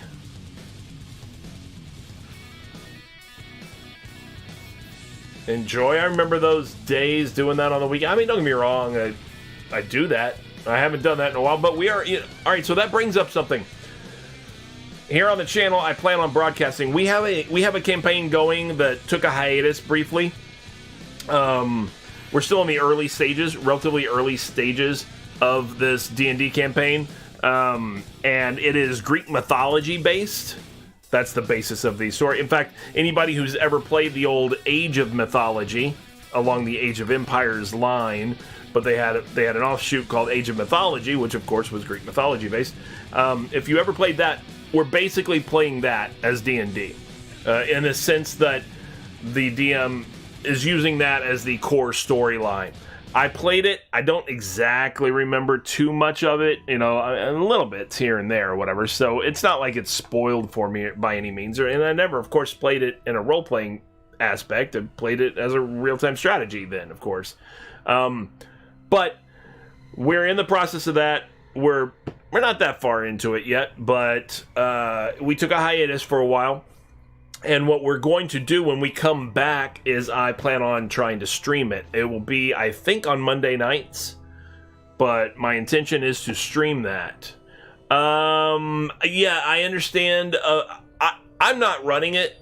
I don't believe we're using the Theros book, or we're using some things from it, maybe, or something like that. I think I don't remember exactly, but I don't have it. I mean, I'm not specifically doing anything with it. I'm just playing. Now, we've reflavored a lot of the normal classes in order to reflect our playstyle. Like, for example, I'm big on doing like a fighter rogue, where it's a swashbuckler and a battle master, say, combination. But I started out as a rogue, and I don't picture him as a thief of any kind, though. He's not that kind of rogue. He's aiming for swashbuckler because that's just basically his fighting style, even though it's not technically his D&D fighting style. You know what I'm saying? But that's the style of fighting that he does, is that kind of a thing. He's very flashy and whatever and does his thing, and he likes to be able to strike and move out and all that kind of stuff. So I play a Greek. We're using some of the backgrounds from Saltmarsh, even, and stuff like that. So my Greek guy was a former Marine, essentially, like a naval infantry. He came in on the triremes and stuff like that or whatever, and would jump off and go running in and do combat that way. So he's skilled in shipping ships and boats and things like that, of course, as well as being a combatant. So but he's not so technically right now he's a rogue. I don't even think we're 3rd level yet. I don't remember. We might be 2nd, we might be 3rd, I don't know, but even so, he's a rogue, but he's not a thief. He doesn't steal stuff and everything like that. He's not that kind of guy, But that's my guy, and of course he's in the style of Greek, whatever. So he's wearing, I don't know, like the equivalent of a leather armor or something like that. I think, I don't remember, or he might have like a plate, one of the sculpted, cuirass type of breastplates or something like that kind of thing. I don't remember exactly. It's been a little while since we played because we did take a hiatus, like I said, but we plan on coming back soon. We were not done with this particular chapter that we're in right now, though, so we're going to finish that chapter up before we start to stream it, and that'll give me opportunity to really kind of set up the stream, with the overlays and all that kind of stuff anyway. That's my plan, though, is we're going to go ahead and stream it. So that should be fun. I think it'll be good. That will be on, I think, Monday nights. That's what it's currently scheduled for. That's when we were playing before. But some people's schedules may have shifted, so that may not be the optimum night anymore. I don't know. So anyway, that's just a heads up that may be coming to the channel soon. Additionally, in regards to Crossout, though, right now, we're down to 20 fuel. Now, I could use that on easy raids and just hope that I get these hard raids with copper as the reward, or I could go ahead and do some more hard raids with copper as the reward now to ensure that they get done. I think I'm going to do that, because I might not actually get on with... Yeah, I'll pour 40 fuel in there, because I might not actually get on Crossout that much over the weekend, because I got a bunch of schoolwork to do. Yeah, I went back to school, and I'm learning HTML and Python and things like that, and as a result, I do have some schoolwork to do. Oh, you're doing a Theros campaign. Cool. All right. Yeah, ours isn't... yeah. Right. Get it? I get it. Absolutely. Oh, it sounds great. Sounds excellent. I've always liked Minotaurs, although I will say in 5e, all the Minotaur player race versions that I've seen in any of the different books, because they've been in a couple of different things where they've been mentioned, they're not that great. They're not that great. They kind of suck, in comparison to earlier versions. Back in AD&D, they were cool. I liked them. Loved me some Minotaurs back then. They were really tough. They were basically like ogres and stuff like that. They were in as much as their stats and stuff like that. They got like real high. In this, they don't even get the highest strength bonus or anything like that. And I'm like, really?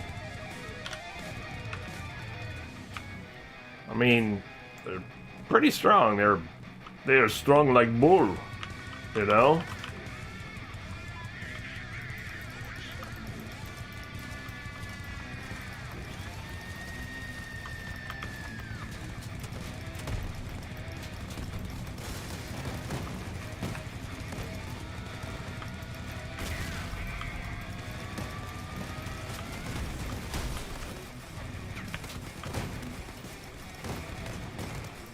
Why are you running into me?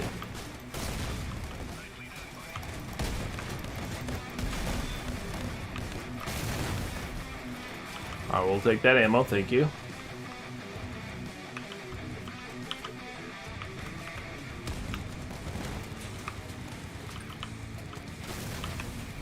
That's all that was left was that little turret sitting there in the middle.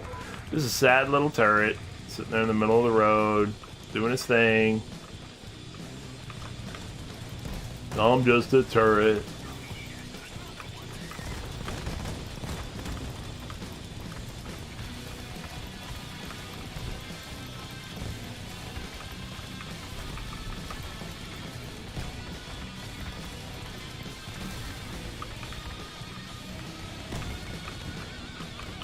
See, I haven't seen the Egyptian mythos inspired one. Yeah, but they're all pretty much the same, aren't they? Aren't they using pretty much the same stats? And to me, it looks like nobody can seem to get them right.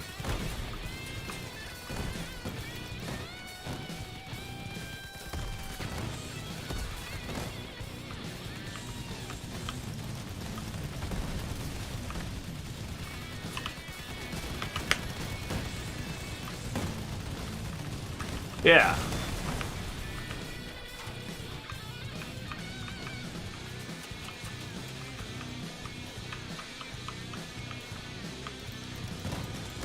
I mean, don't get me wrong, I love me some dwarves, alright? I've always been a player of dwarves and stuff. But, despite that, let me just say that, I just find it bizarre that mountain dwarves get like the strongest, hardiest warrior stat bonuses of everything, and there are plenty of other things that would be just as strong and hardy.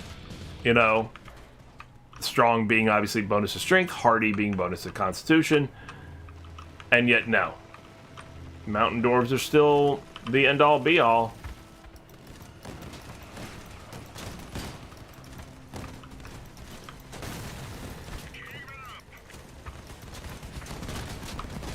Oh my god, if I get killed in the beginning of the game, I'm gonna have a problem here.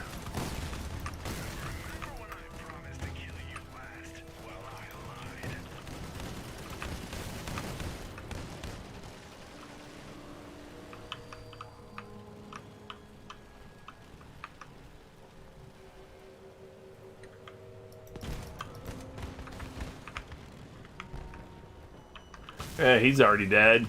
We just started the match.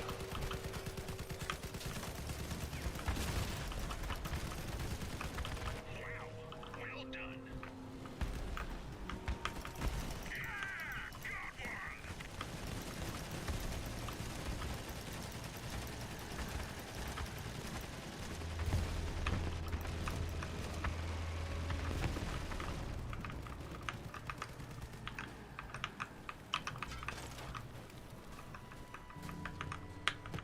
And not getting a lot of ammo again.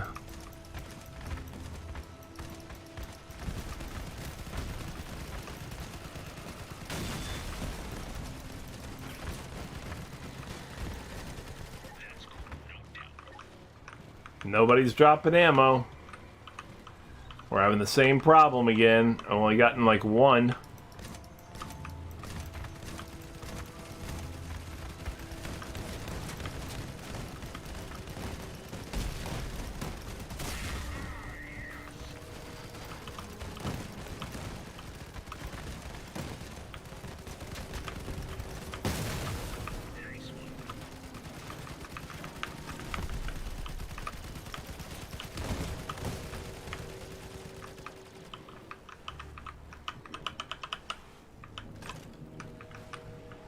Right, that's what I'm saying is, don't get me wrong, I love dwarves, and I love mountain dwarves specifically. I've always said, why would you be from hills when you can be from mountains, you know? But, you got plenty of other races that should be as hardy and tough as that, and yet they are the only race I know of that has that +4 total bonus as well.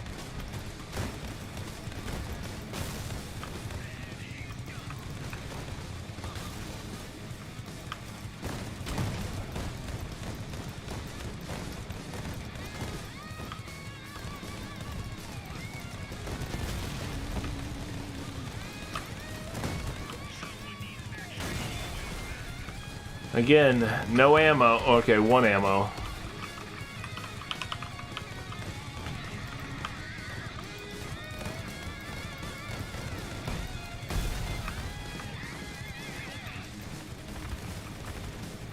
Ah, man. Frustration. Down to 30-something ammo. Last match, I was at 90 ammo here.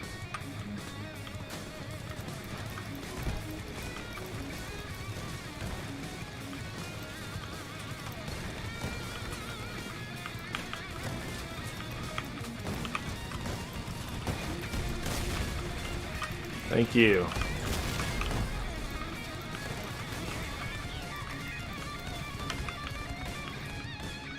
I'm barely alive, but at least they gave me some ammo there at the end.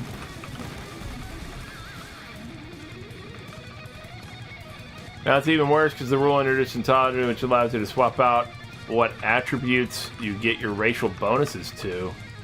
A lot of min-max will play because +2 to 2 different is choice of really good regardless of which race. I've never heard of that. I didn't see that in Tosh's or whatever.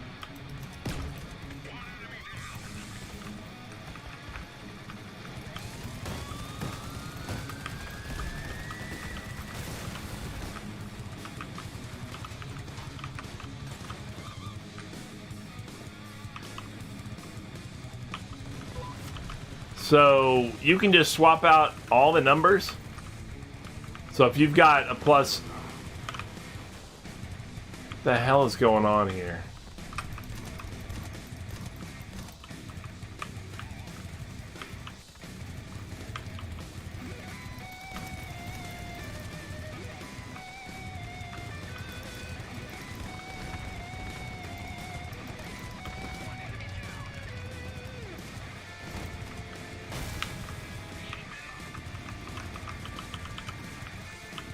Doesn't even make any sense. The reason you get those bonuses is to represent the fact that certain races are just more agile than others or something like that. For you to then instead go, oh no, mine's more wise. Okay, well then don't be that race.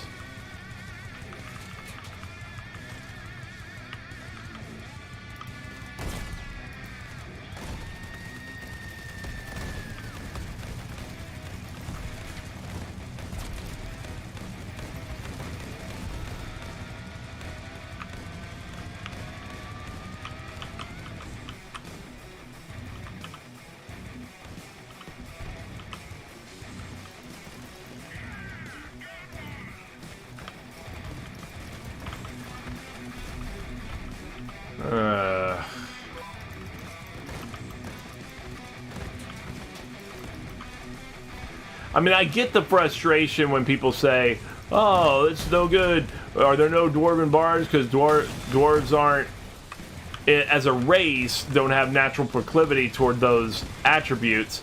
And therefore, you know, how am I supposed to play one that's decent? You just do. You know, you don't have to min-max everything. You know?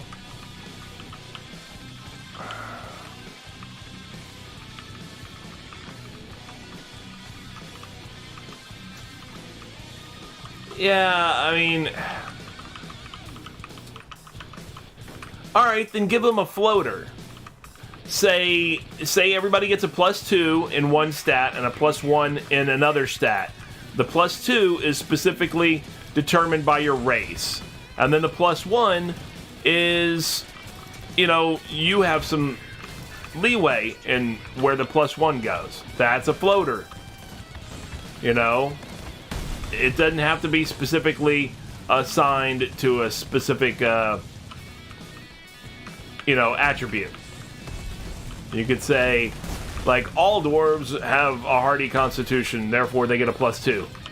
And then beyond that, the average dwarf, gets a +1 in strength, for example, or something like that, because they work the mines and all this stuff. But if you don't, your +1 could be whatever else,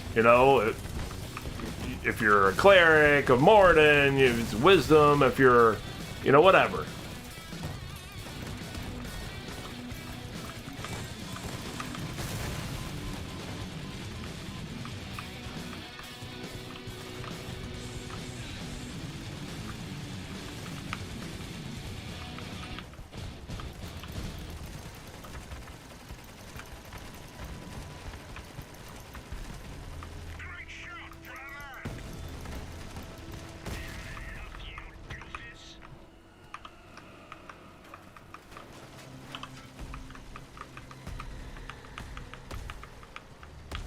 But it sounds like, I mean, if they want to give that much leeway, then just go back to the point system that they did in the player's options books.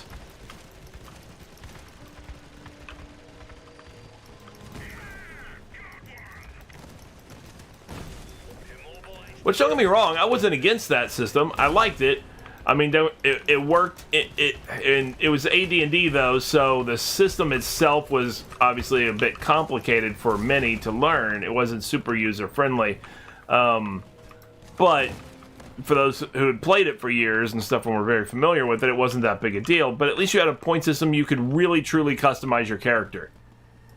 Now, could you customize your character almost to the point that race and stuff like that didn't matter that much? Almost. I mean, except for your options, of course, were based on your race. So dwarves had a certain set of options they could choose, for racial benefits, not just ability score modifiers or ability score adjustments. Now, having said that, to be honest, I really like 3rd edition. 3, 3.5, whatever way you want to look at it. That was great. I enjoyed that. Oh, I'm out of ammo again.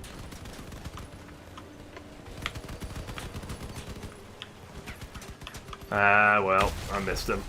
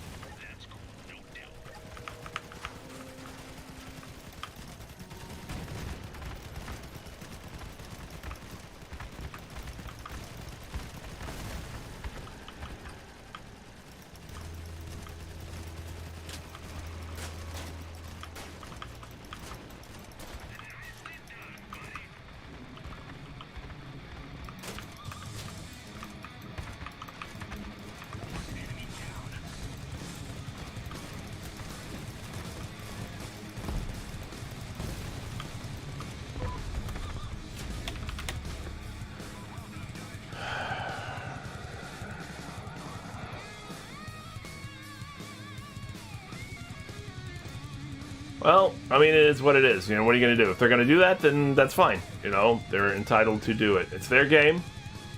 Then again, of course, any DM can just modify all they want. And I've done that numerous times. I can't even think of how many times I've run campaigns and just made my own rules, basically. I mean, not rules. We use the rules of the game. What's going on with Terminator? But I've sat there and said, only these races, only these classes are allowed, or these races can only be these things like that. Usually I'm any race, any class for the most part, but I might limit the races and classes, but within that boundary, it's any race, any class. Like, there's no restrictions as to which races can be which classes, which I know in 5e is a thing anyway. You can pick any class, but in previous editions, it wasn't always that way.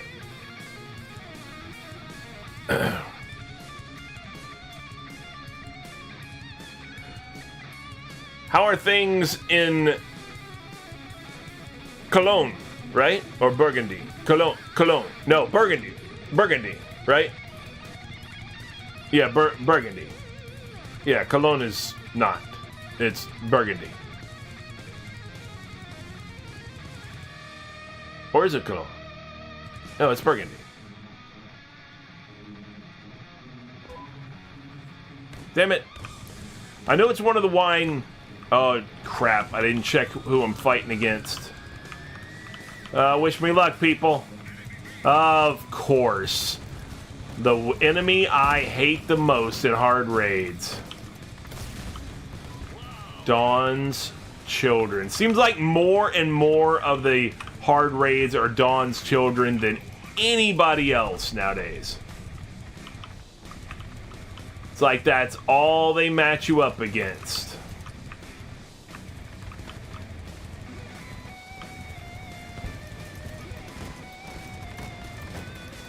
Yeah, see, you came my way and you have no weapons to show for it. Alright, take care, Timmy. Doing well over there in France.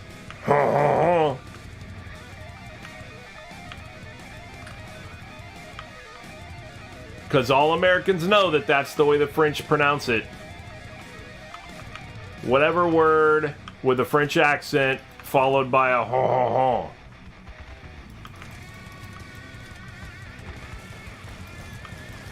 Ha baguette. Which, for those who don't know, is baguette mispronounced.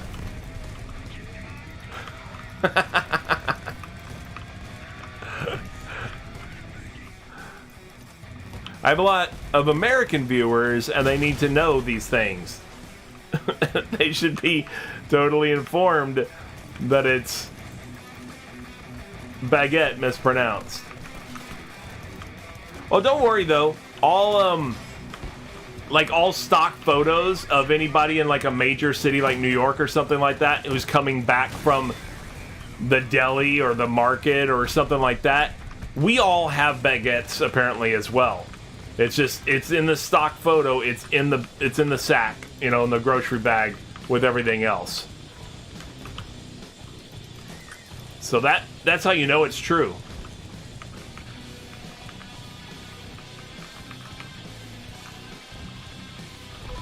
I mean, if you based the idea of the baguette community, or not community, if you base the idea of the baguette industry off of stock photos of people coming home from supermarkets and stuff like that, then you would think that the baguette industry was the largest industry of all. And what baguettes and whatever leafy vegetable, which I have no idea half the time what people have in there. What do they have? Spinach or something like that, it seems like. I don't even know. In their bag with their baguettes.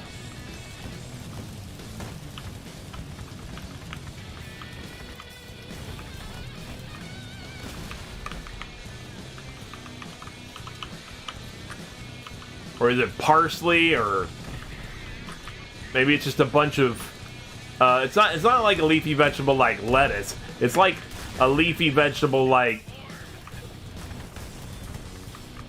whatchamacallit? Damn it. What's the vegetable I'm trying to think of? It's in a lot of like salsas and Mexican food and spicy stuff, or not. It's not spicy itself, but it's it starts with a C, I believe. It's like on the tip of my tongue. I can see it starts with a C. Please, somebody help me out here.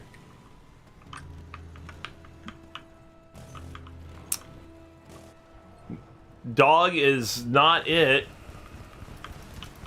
I'm not sure what you guys are doing over in France. I thought that was an Asian thing. Yeah, cat. That's it. Yes. Or, as you pronounce it, quatre. Right? 4? Or something? Quatre. I don't know, I can't do it. Can't do that.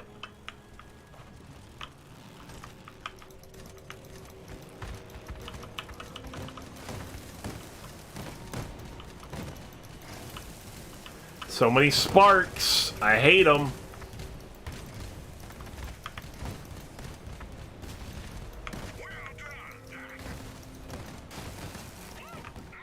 There you go. Get rid of your sparks. Got no room for them. Sha? Oh, chat. Yeah, chat. I was thinking the number 4 instead. Quatre. Un, deux, trois, quatre. I never got that right. I've never gotten that to be like comfortable to say. It always sounds like you're choking on something or.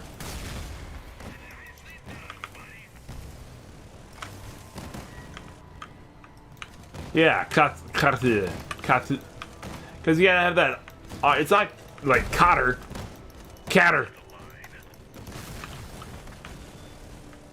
That's how you pronounce it. Now, no, you're right. Catter. That's how it is. Un, deux, trois, catter. Got it. I'm like fluent now. I basically speak French now. I mean, I'm pretty sure. I feel pretty confident that I would fit right in and you would never know the difference. I can roll my R's. I can roll my R's. But is that all it is? Is quatre? Because it doesn't sound the same. That sounds more Spanish. I don't have a problem with that. I always thought it sounded more like... I always thought it was supposed to be more like quatre. Like a at the end. Quatre. Is that not accurate?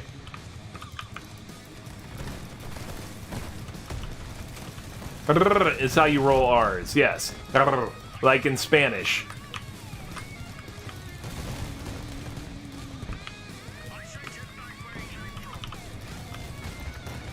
I mean, that's an exaggeration of it, obviously, to do like that. But, yeah.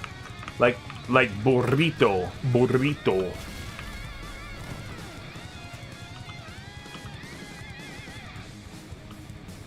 Burrito. I know, burrito. In the middle, like, of the tongue, basically, or whatever. I live in Miami, basically, and let me tell you, there's enough Spanish around, and I was raised in Texas. I'm familiar with the rolling of the R. Suffice it to say. Rolling of the R is not foreign to me.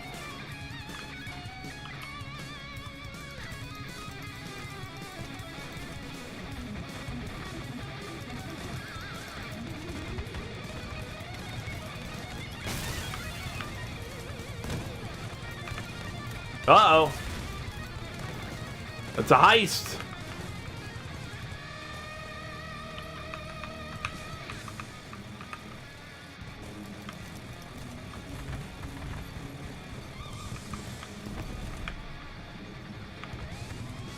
Doing something diff. Alright, so anybody else who wants to join the heist, just type in heist, exclamation point, heist, and then the amount that you want to gamble on it, basically.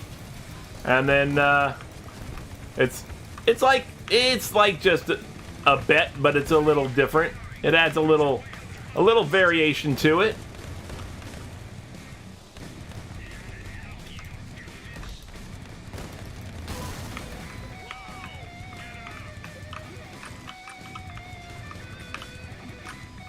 What a minute, you have 145 points.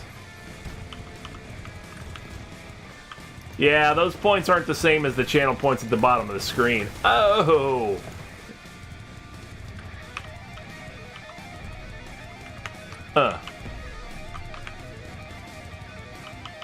Well, Terminator has joined the hunt, the heist, the treasure hunt.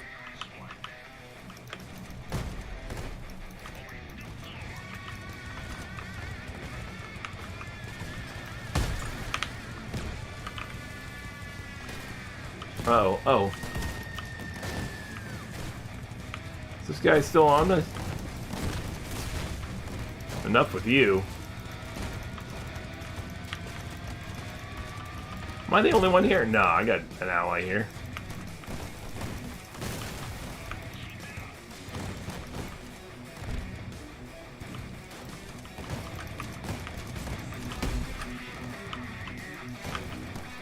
There's one enemy with the weapons.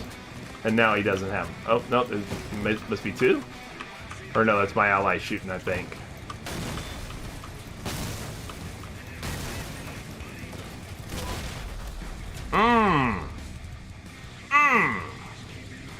You escaped Blackheart Island alive. You celebrate with a chest full of gold and a belly full of rum. Yar. The crew of pirates and raiders checked their flintlocks and sharpened their cutlasses as you disembarked, and then you escaped alive, resulting in a doubling whatever your bet was. Very good, very good. Adds a little flavor to the old bet aspect. Ooh, how many do I need? How many do I still need? One. I need one more. We made it, even though it was Zon's children.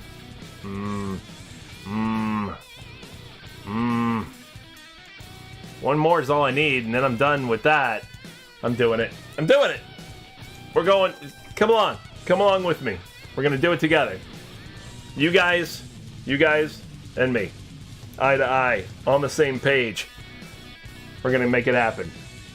We're going to survive this, even though I hate Dawn's children at hard raids now. I mean, they were an annoyance before at hard raids, in hard raids, but now, oof, they are quite a bit more than annoyance.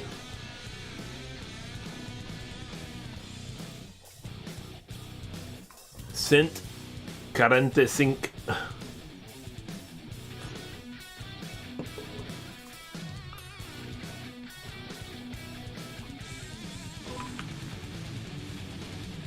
Wee. All right. Hello. Excuse me, you're gonna have to let me back up a little bit.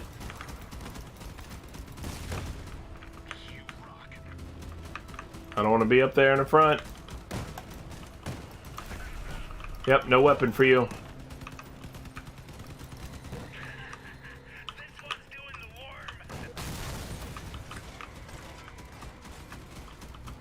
Duolingo bird, but with scorps?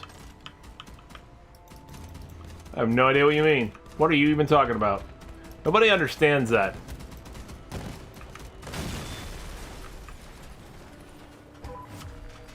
Nobody knows what you're saying.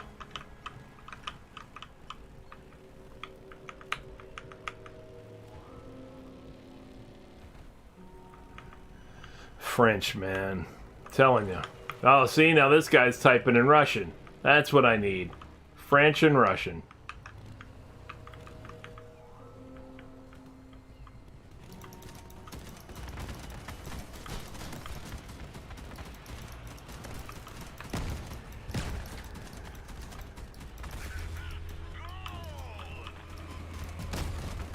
Nope.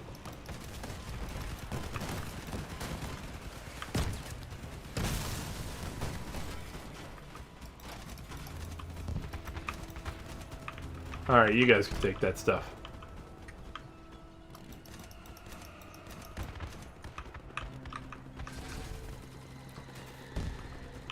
Keyboard characters? What, you and Russians?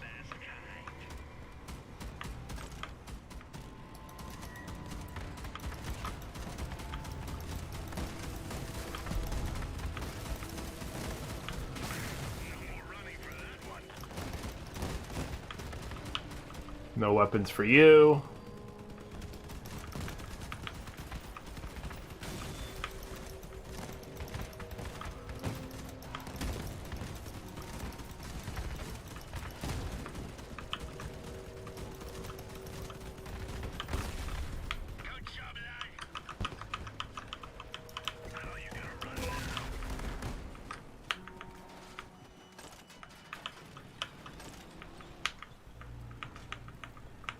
Do-ba-da-ba-da-da-da-da-da-da-da.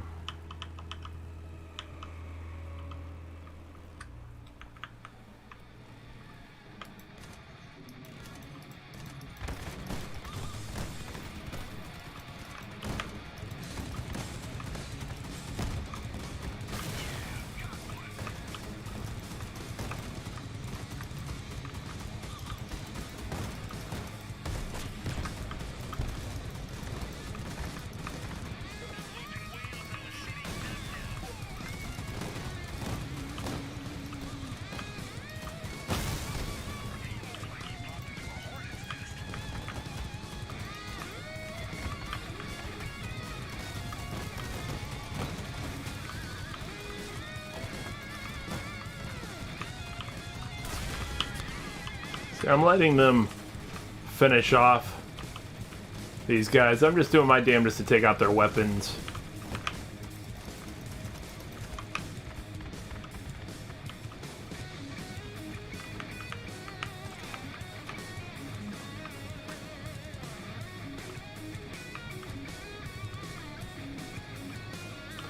Bink.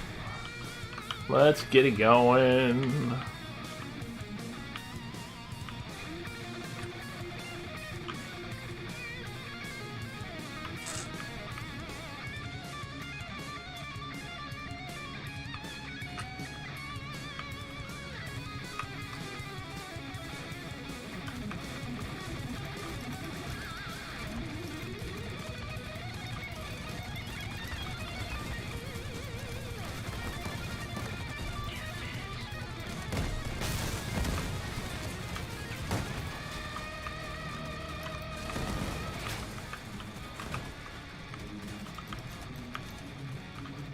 Well, I guess clearly it's a secret, so I can't reveal that. You have to understand, I've had a career of not revealing secrets, so I can't quite adept at keeping secrets.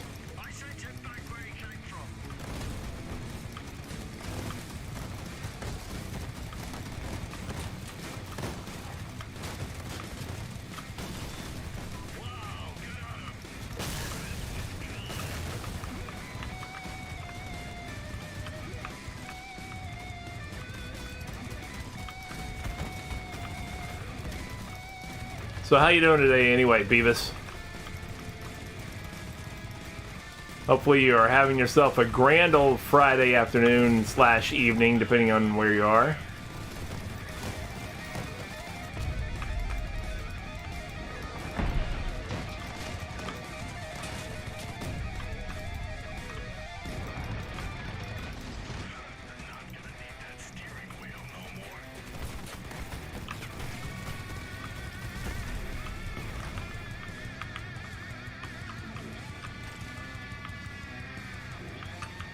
Just got out of work. Excellent, excellent. Have big plans for the weekend? Anything exciting going on? Any parties or socialization of some form?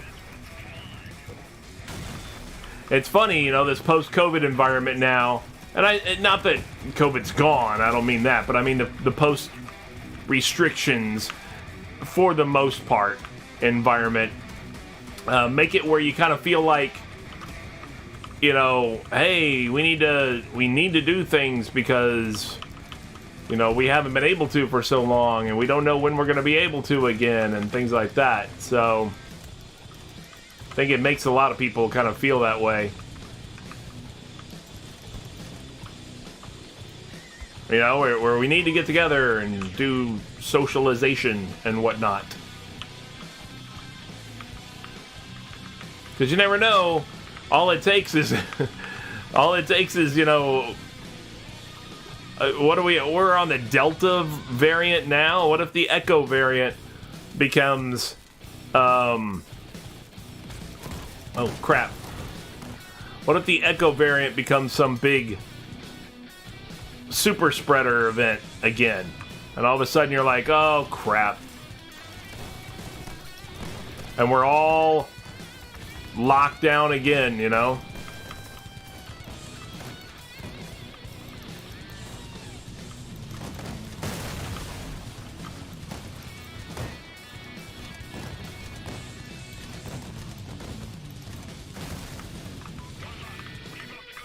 Yep. Everybody knows. A bat poops on a fish in China.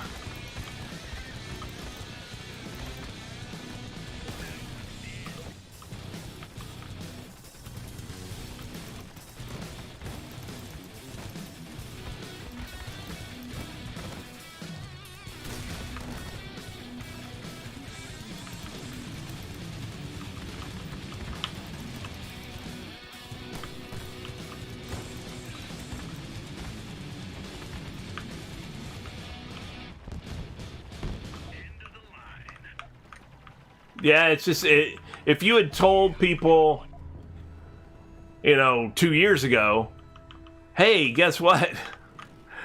Everybody is going to be locked down in their house for several months and not able to do anything in just a little, in just a, year's time or a year and a half time or whatever it was, afterwards. People would have been like, no way, people would never believe that that's the way things even happened. They'd be like, there's no way that that happens. People wouldn't stand for it. The government will have to change their tune then. We're never allowing that. Or the government would never do that to us. Yeah, okay.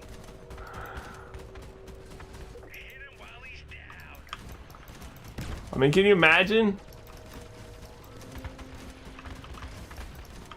But then again, a month before 9/11, I don't mean, the fact that we're just a little more than a month before 9/11, but I mean like a month before the attacks on 9/11 in 2001, if you had told people, hey, in the foreseeable future, like very shortly, everybody's going to have to go through, you're not going to be able to go to the gate to see people out anymore when they fly away. Everybody's going to have to go through massive security, things like that. People would be like, no way. I'm going to the gate. You're not going to stop me. Okay.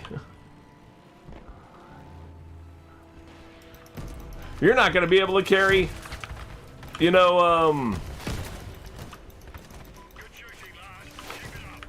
anything on a plane anymore. Oh, damn, these things. Oh, fuck. Sparks. They slow you down so bad. I can't get out of there. Well, I'm dead again.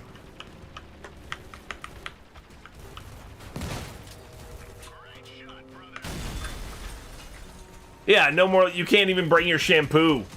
If somebody said, you won't even be able to bring a bottle of water, unless you bought it in the terminal after security. Yep.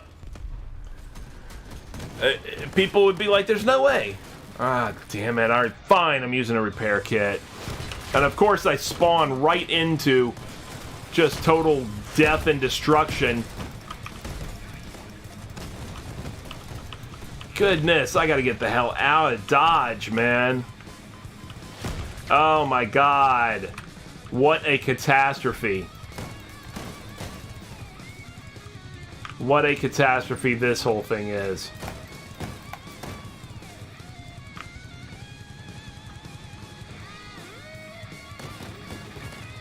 Yeah, I hear you.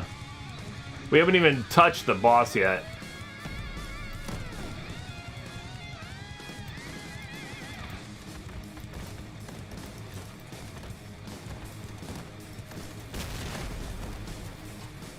Yeah, I know.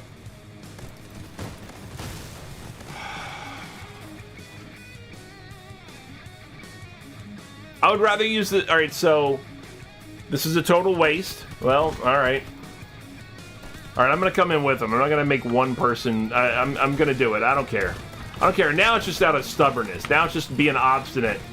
But I don't care. I'm about to die, too. I gotta get away from that guy. This is why I don't do Dawn's Children. Oh my god! Again with these rocket turrets. They are the worst, and they fire so fast.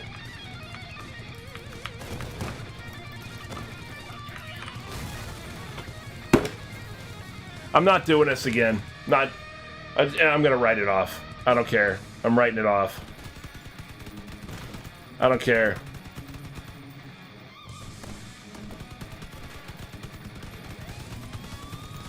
I'm not doing it again. This is ridiculous. It's gonna become completely... It's...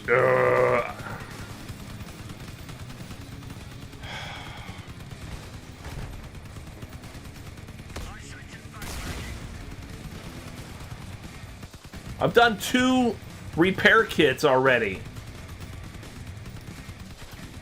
It's cheaper to actually spin the fuel and do another raid instead of spinning the repair kit. The fuel cost to do a hard level raid is only 3.6 coins about worth of fuel, whereas the repair kit cost is almost 5 coins worth of repair kit. They got this. They got this now. They got this because he doesn't have any weapons left on him. I don't need to go back in there. I've already done 2. I did my part. See? They got it. That's ridiculous, though. That is ridiculous. Yeah, it's like 4.8 or something like that. Or at least it was like yesterday. Here, let me see. I'll double check. Come on. 474 today. It was 4.8 whatever yesterday when I looked. See, it was up to 519 2 weeks ago. 522 average price. So it's over. It was like almost 5.25 average price, whereas it only takes fuel is running. Okay, today it's no. Today it's 569. So it's even cheaper.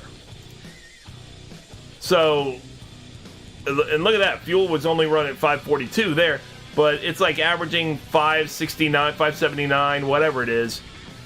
Today, okay, so it's less than 6.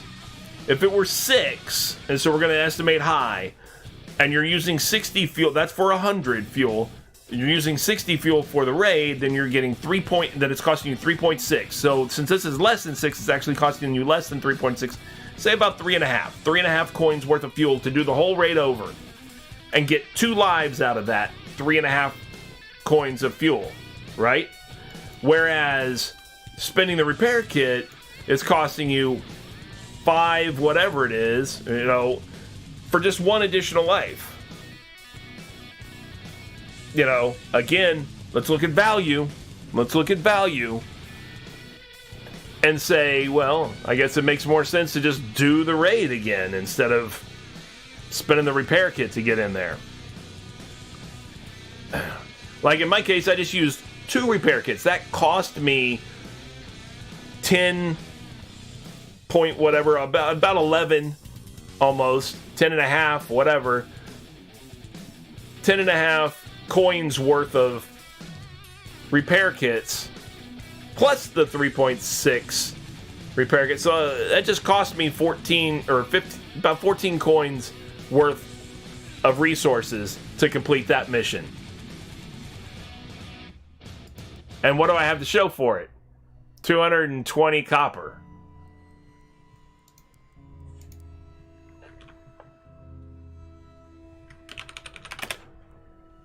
Which is running 2.5 for 100. So it cost me 14 coins worth of stuff. When you buy a repair kit? No, they're individuals, man. Repair kits individual. It doesn't say times 5 on here. You get 1 for that price.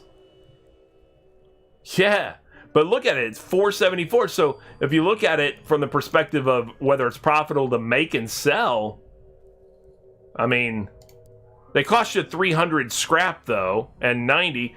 So let's look at scrap.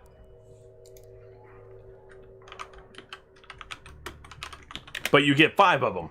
Scrap metal's costing you 6.2 for 100 times 3, 18.6 basically, right? Plus what was copper? 2 something, 2.5, 2.5. So 21. It's costing you 21 coins to make 5 repair kits, and yet you get 5 repair kits at almost 5 each. So 20,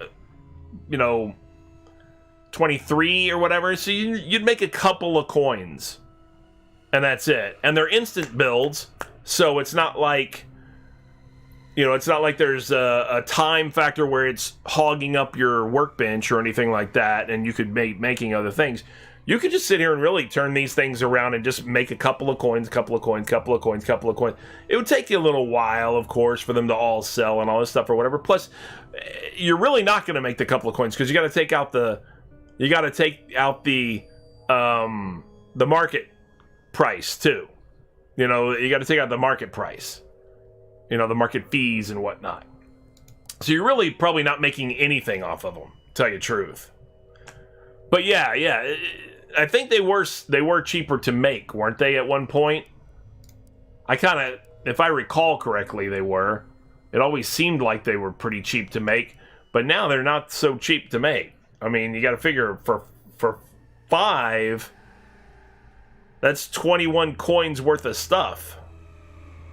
All right, so using up 1, using up 2 in a raid, plus the raid cost, like I said, it's not worth it from that perspective. I mean, all I needed to do was get 1 completed for the engineer badges, but I could have just spent 60 more fuel and done another raid, done another hard copper raid and tried that instead. You know what I'm saying? So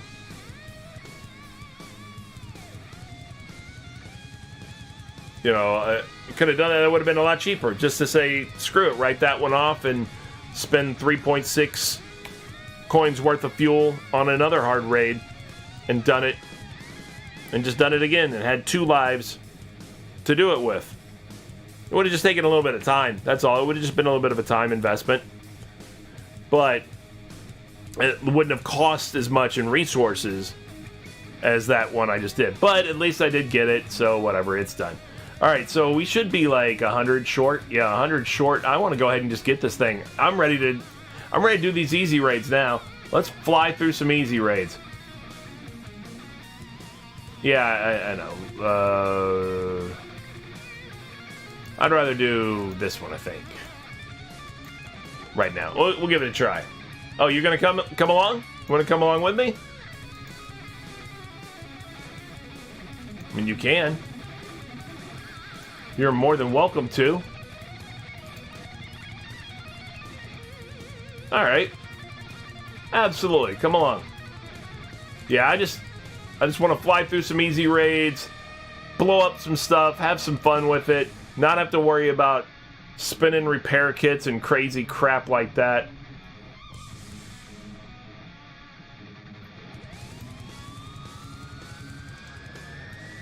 And just take it easy there. Take it light and just have some fun. Now you can go buck wild a little bit. You don't have to be as cognizant of how you're playing. With hard raids, you kind of gotta bet. You kind of gotta play a little more strategic now. You can't just go balls to the wall like you used to be able to in all of them.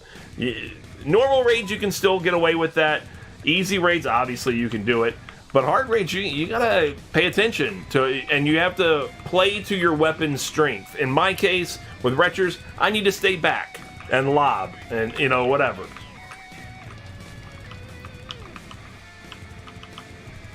But don't just go flying off the handle, being all crazy and stuff like in hard raids or anymore.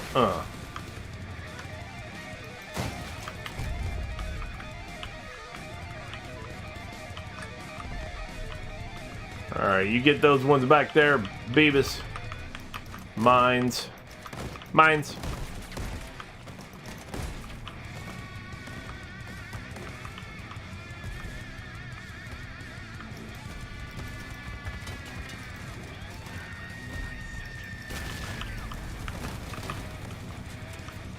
Oh, sorry.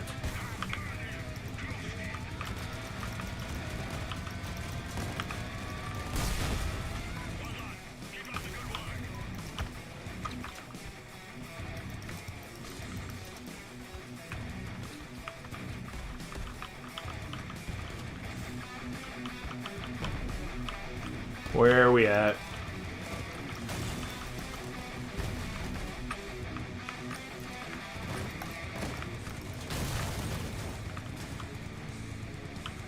And there he is.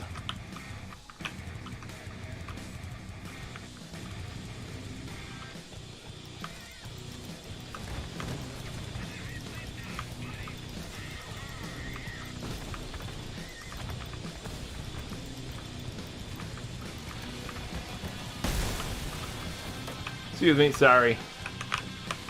I gotta get some ammo.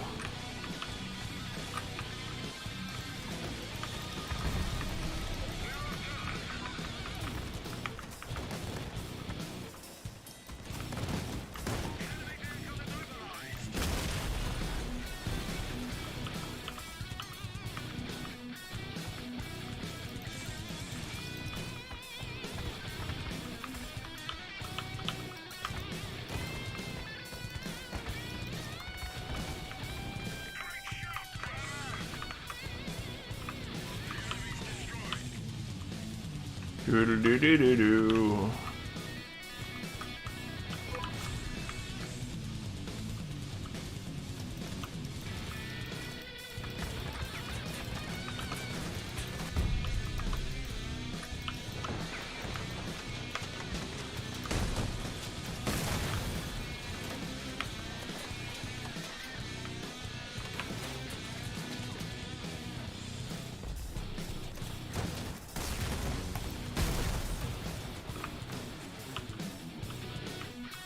Done there.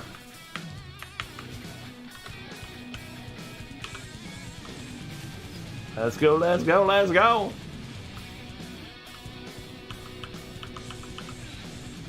Let's make it happen, people.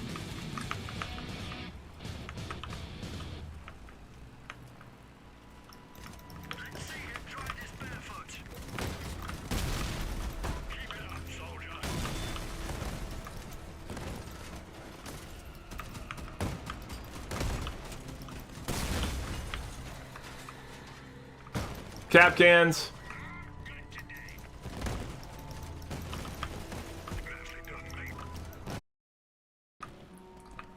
Alright, I guess we'll reconnect. Hopefully I didn't lose people. Stream, you know, the bandwidth, you know, more people start streaming, it's a weekend and all this stuff or whatever, and the small streamers are the ones that pay. They pay for that, because we're not bringing in the money. So when it comes to who gets the bandwidth, it's the guys who are getting Twitch cash money, not me.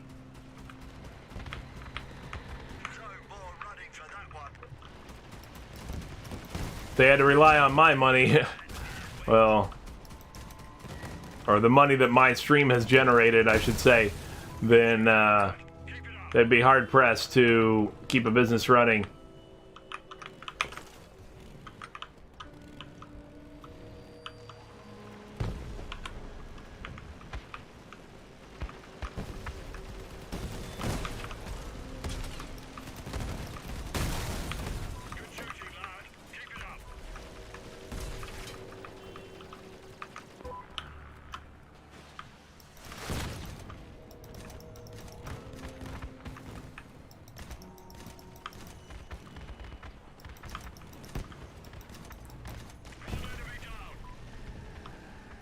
Because like I was telling Trader, I got my first payout, or maybe it was Gore, I don't remember. I got my first payout from Twitch. From subscriptions and all that stuff. Finally got a payment from Twitch. $116.28, I think, or 82 cents. It was one or the other. Yeah. So that represents. Well, they're talking about the big names, obviously, and some of those folks have, revealed some parts of their income and everything from being a big name streamer and all that stuff. And I'm like, all right. I kind of want to make one of those videos and be like, what does it, it depends on what game you stream, first off.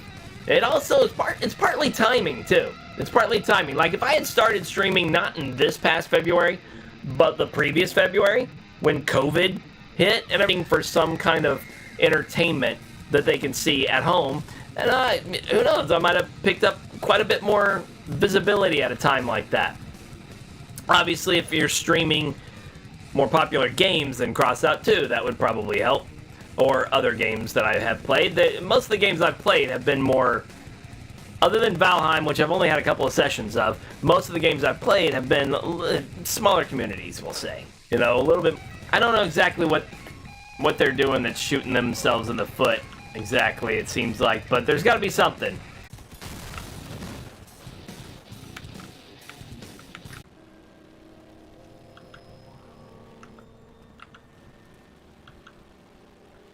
Remember, that's where Capkins and Mines and stuff were. They are not here, though.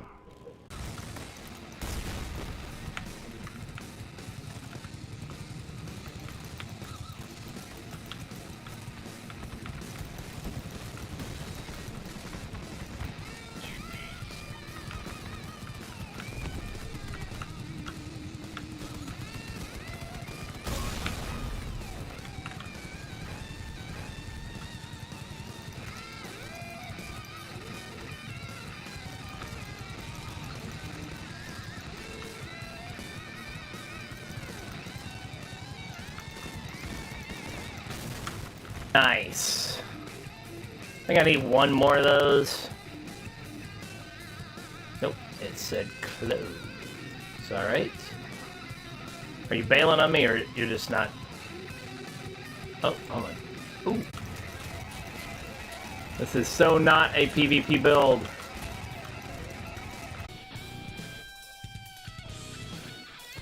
And that way, if life gets in the way over the weekend and I can't get back in here and do this stuff, then at least I'm covered. Back in here and do this stuff, then at least I'm covered.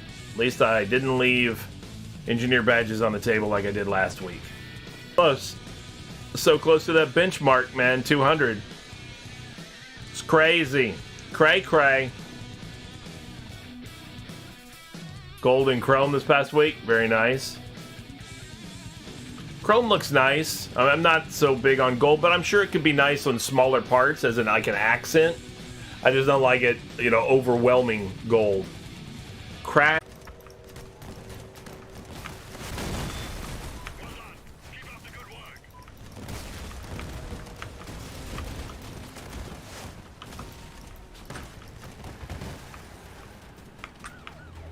Yeah.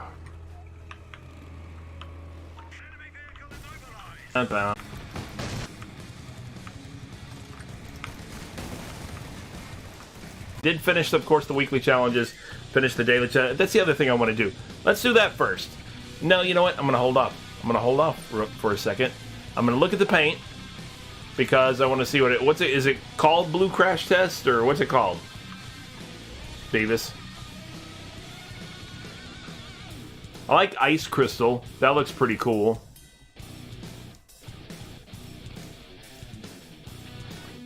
Called Crash Tester. Okay. I like Red Crystal too. That looks nice. That looks real nice. This point on them, but they are very nice, Crash Tester. Oh, this one? Okay.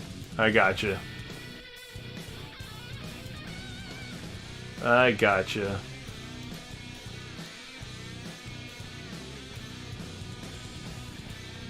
Yeah, it's not bad. It's cool.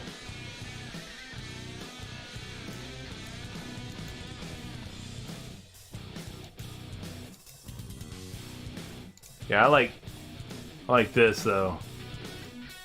That and like this one or something. Or like I said, Chrome too. You know, that's pretty nice. Although I think the new one is going to be pretty nice too, with the aircraft community. Beats playing alone, you know, but it is what it is. Okay, so got this new, where is it? Right here, Pathfinder's container. We're gonna open it up. Wish me luck. Wish me luck. Something good. Give me something good. That is not something I want.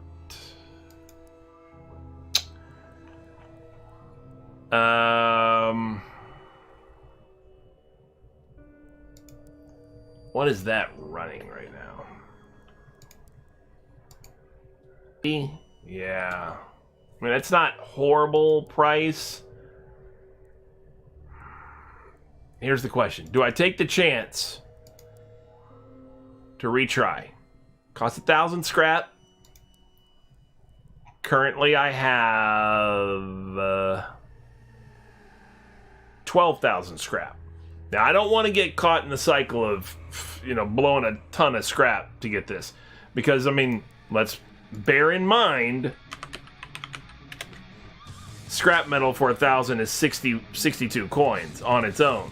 So, if I get something else that's only 400, it's like getting something that's 340. Because it cost 1,000 scrap already. You know what I'm saying? Let me see. And here's where we're going to see this real quick. Unless it's a requirement for a build of some kind. So, and since it's a purple, well, there it is. There's one. If I wanted to build a mammoth, old 39, okay, 398, okay, 464. That's more. The Thunderbolt, 488. That's more. 307, 284. Okay, 363. What's this? 296. Oh, damn it. This is running 534. Already did that one. Yeah, Shiver. Yeah. That says 408. Oh, to buy. Yeah. Yeah. Sell for 308. Yeah. I'm just saying if I were to buy. Okay, 490, 429, 354. 275, 370, 539 for the Hermes, other than the coins that it would be worth. Alright, but I'm only going to do it once, so I'm not going to do it more than once. So this is it. I believe that is less. Oh. Yep, that's only a 230 value. Coins basically worth of scrap. Lost 210. Doesn't always come up your way, but whatever. I mean, either way, okay. I mean, ultimately it really cost me, 3. You could have had 3, no, 15. I'm sorry, 15 repair kits. Yeah, true, 15 repair kits.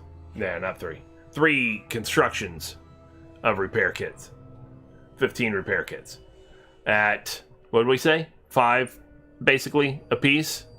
So 75 coins there. See, it would have been 60 coins of just scrap if I just sold the scrap.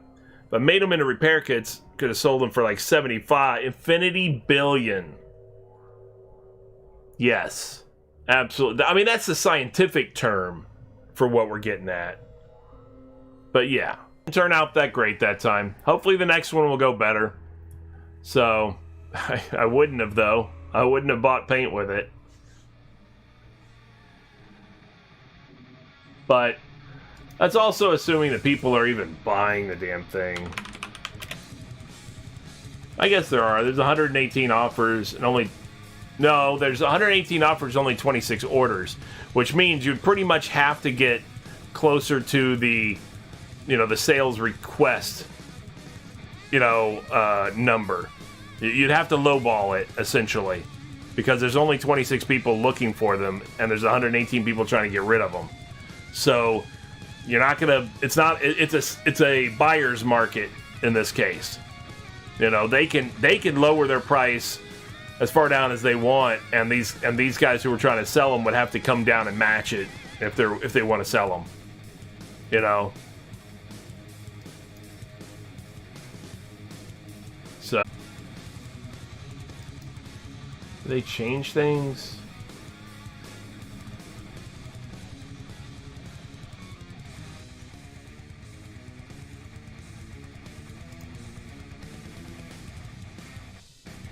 Okay, I got that.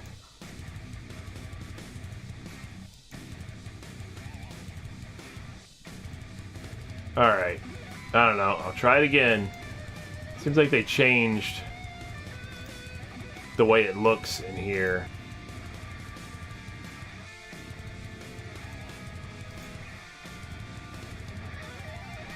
Alright. Whatever.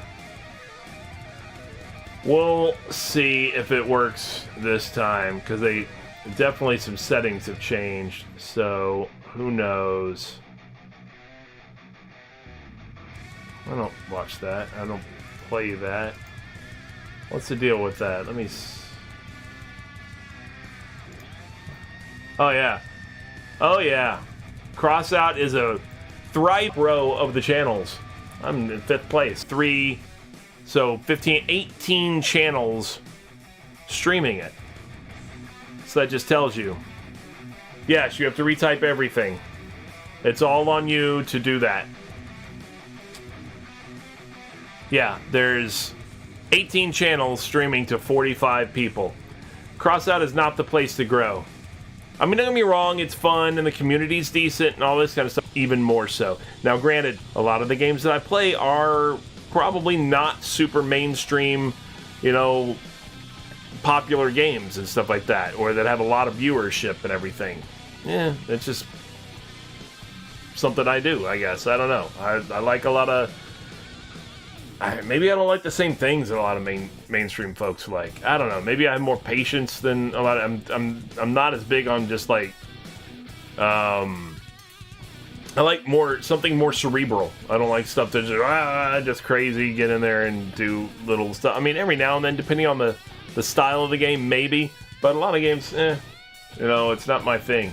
So, I just see anime and all that kind of stuff for what I was going to look at also.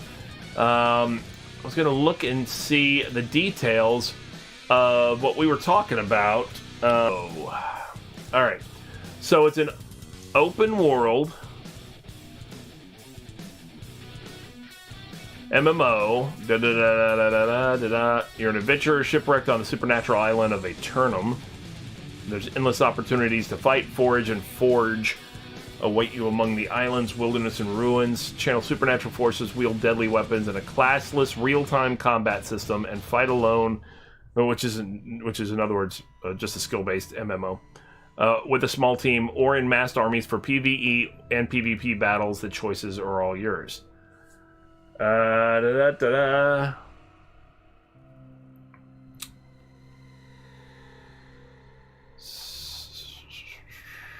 guess I'll have to Google some of this information about the game.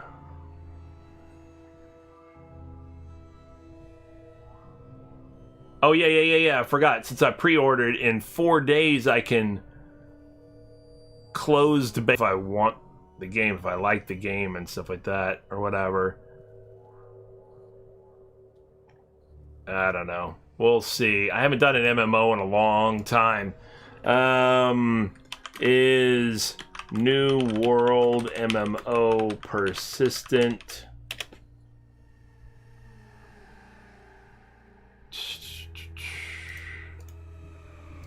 Uh-oh. A persistent living world. Yep.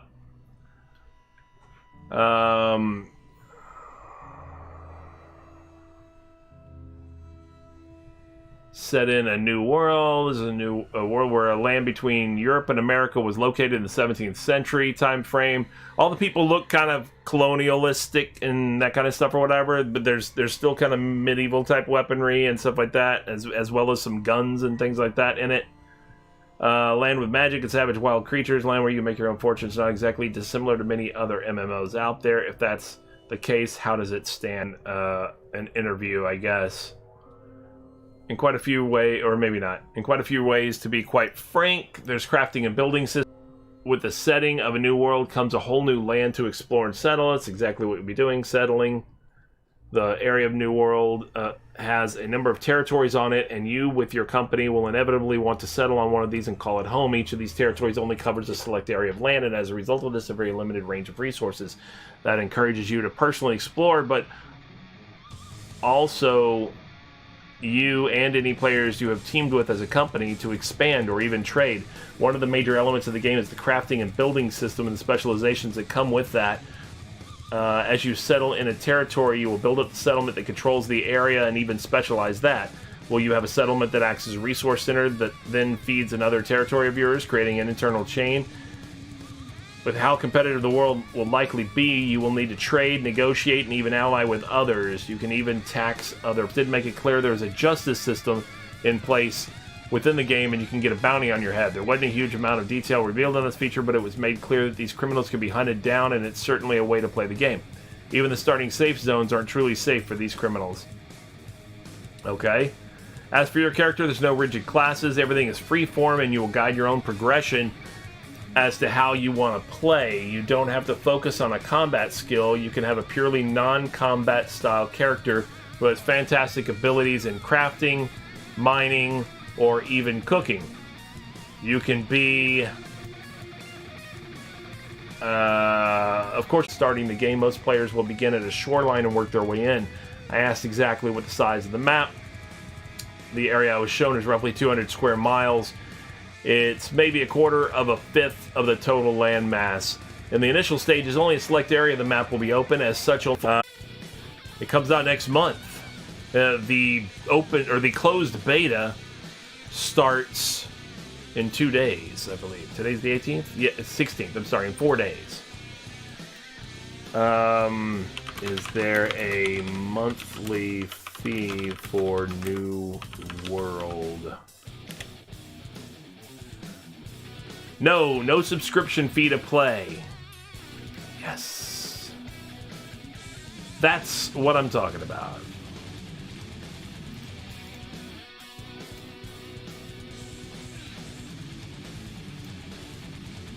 That's what I'm talking about.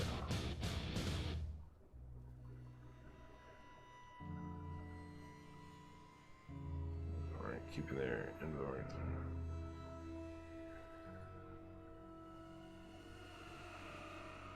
Wow.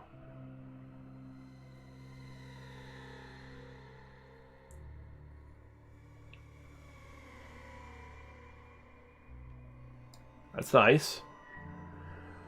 So apparently, originally it was going to be free to play, and they changed it. Well, I mean, it was going to be free to play, completely free to download, free to play. And apparently they changed it. People had already signed up for the game when it was listed at completely free, you know?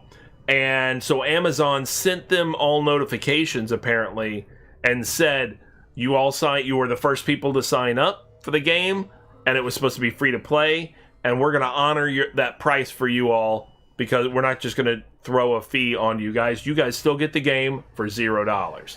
So that's pretty nice, you know, that they did that to those folks, or for those folks, I should say.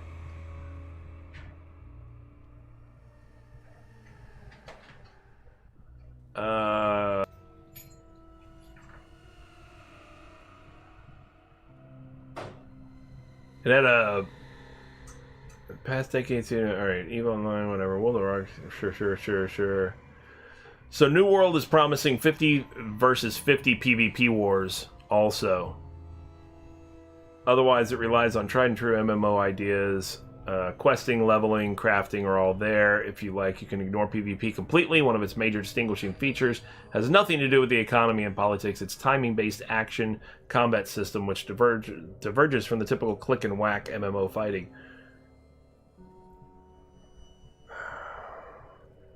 First, goes into closed beta on July 20th.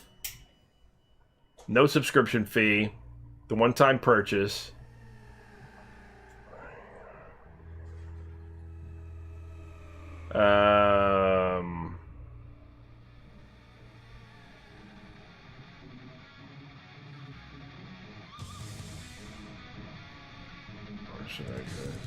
Players in a server at a time, but I think initially it's the other article said 500.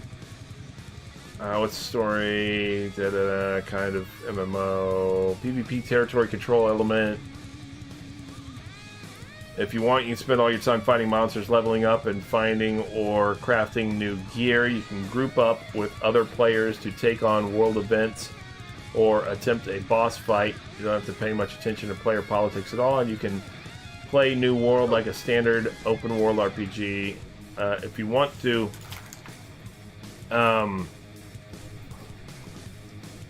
hold on just a second, guys.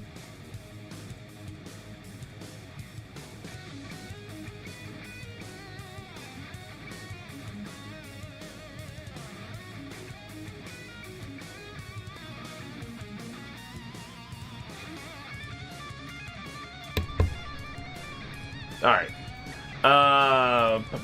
It says, if you want, you can spend all your time fighting monsters, leveling, fix it all, and can play New World like a standard open world RPG. Explore new areas, kill new things, find new resources, craft new stuff. Same stuff as normal MMO. If you want to fight other players in the open world, you can turn on your PvP flag once you join one of the world's three factions. If you're killed by a player from another faction, you only lose some equipment, durability, and maybe some pride and time. Your reward for opting into PvP is extra experience points for everything you do. That's all. Okay, what about that territory control? If you want to really get involved in the New World social side, you can found or join a company. Companies are 50-player groups. So basically a clan, a guild, whatever you want to call it, 50 players. New World's guilds, like it says, basically, which can take over and govern territories. That doesn't mean that a company can charge in and throw you in a dungeon cell or kick you off their land. It's much more regulated than that, with the caveat that these systems have been changing during development. Here's how it all worked last time we checked out New World. New World's island settings divided into territories, most of which contain one settlement and one fort. Settlements are where you'll find a territory's crafting stations and player housing. Forts are what companies need to capture to take control of a territory. A company that controls a territory can set its tax rate and organize public projects, such as improvements to the territory's fort or settlement. So whatever company controls the fort gets to do that. A company that wants to remain popular will make efforts to upgrade the settlement's crafting stations so that players can create better gear. They'll also want to upgrade the fort defenses. If another company thinks it should be in charge of a territory, it can declare war and a battle will be scheduled according to the preference of the defenders, so you can't attack them when they're all asleep. Both companies will recruit armies of 50. They don't all have to be company members to fight for them, so it'll be a 50 versus 50 army. During the battle, the attackers will have to capture control points around the fort, bust through the doors, and capture a central point. Siege weapons, defensive turrets, explosive barrels, and other munitions come into play here. If the attackers win, they take control of the territory, though aspects of it will be downgraded after the battle and they'll have to build it back up. Amazon hopes that if you play New World for a while, you'll want to be involved in this territory control system at least a little. You can buy houses and settlements, and they act as fast travel points. Okay? You want your fast travel point to lead to a settlement with a high-tier crafting equipment, not one that's being neglected, so you may find it useful to form a company and take over, or support a company that promises to make strong efforts to improve a territory without taxing you at a ridiculous rate. Aside from being recruited to help defend a fort from invading players, a company might recruit you to help defend a fort from invading monsters. If PvP isn't your thing, you can still participate in big sieges by signing up for one of those monster invasion defenses. An unsuccessful defense can harm the settlement and fort. We're avoiding too many specifics when describing all this because tweaks were still being made, of course. You can buy a house. Yep, at level 20 you can buy a house in a settlement and it'll act as a respawn or fast travel location. It's not going to be in a unique plot. Many players can own a house on the same plot of land, but once they enter, they'll see their personal version of the interior which will be customizable with decorations and furniture, some of which can provide you with buffs out in the world. You can bring up to 4 players with you into your house to hang out. At level 40, you can buy a second house, and at level 60, you can buy a third house, allowing you to quickly fast travel between 3 settlements. Okay, nothing wrong there. Leveling in combat. Combat requires more than tactical skill. Your attacks have to connect with hitboxes, and there's dodge and block timing to master. You level up like a typical MMO, though. As you gain levels, you'll be able to add points to a few base stats. Strength will increase your damage with melee weapons, and agility will do the same with ranged weapons. It's the standard stuff. As you use different weapon types, you'll gain proficiency with them independent of leveling. The more you use, say, a sword, the more active and passive sword fighting skills you can unlock in the mastery tree. Active skills are special attacks, like a spinning attack that hits multiple enemies, for example, that have long cooldowns. I have to clean all the houses because cleaning houses is a drag. Yes, you have to clean. Well, first you have to invent a vacuum. Unless you want to just sweep. You can sweep and then you have to do the whole thing where you take the carpet outside, the rug outside, and bang it against the, whatever, a tree or whatever to get the dust out of it. You have to do all that stuff. That's real MMO role-playing. That's how realistic. They want you to be involved, and they want you to feel like you're... So they use swords, hatchets, spears, warhammers, bows, rifles, things like that. And those are all the weapon types. Like I said, it's got a very New World, colonial-esque kind of feel to it around that time period. This 1700s, late 1600s, something like that kind of thing. Amazon has added rapapas too. You can have 2 weapon sets ready to go at any time, and you can switch between them by whatever keybind thing. You can have a sword and a shield bound to 1, and bow bound to 2. You don't have to be locked into one combat style. There are also crafting skills. The writers of this haven't explored those deeply, though. Streamline high-tier crafting stations to make high-tier items. There will be trading posts where you can put materials and trade items and items up for sale too. There is magic as well, despite the fact that it's got that colonial-esque feel. It's a magical island in that colonial-esque time period. Although we haven't seen much of it yet. During our last visit, we were told that magic will be tied to items such as a healing staff and a fire staff. Not so much casting spells, in other words. Good. Like regular weapons, these magical items will have mastery trees that allow you to learn new and active and passive skills. And it's starting a creator program. It's inviting content creators to sign up. Amazon is inviting content creators to sign up for their New World Creator Program, which will launch prior to their closed beta, which is supposed to start in 4 days, I guess. So I guess that's the thing. Accepted members will have access to benefits to, like early access to content, special events, giveaway codes, and other special privileges. All right.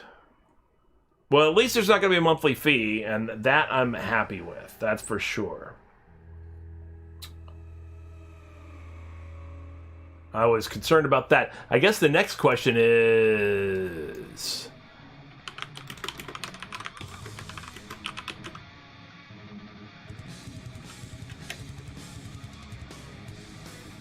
Cool. Excellent. I was gonna ask, can I stream New World, especially the beta, the closed beta? And it specifically says it's not under an NDA, and you're welcome to stream and create New World content. Cool. Excellent.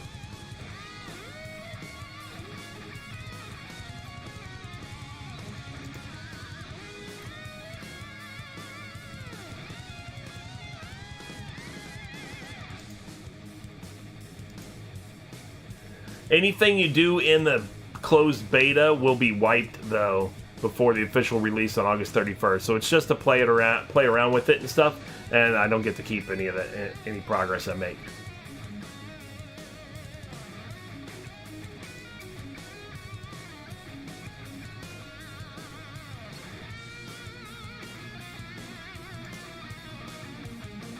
And the closed beta is only open for 2 weeks. July 20th to August 2nd.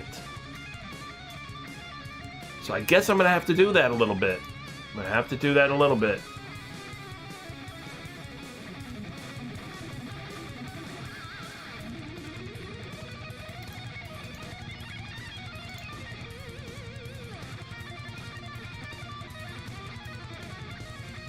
You guys gotta talk about streaming the beta. Need to ask because I don't want to get Bill on Twitch. I like it. I don't see what your channel's saying.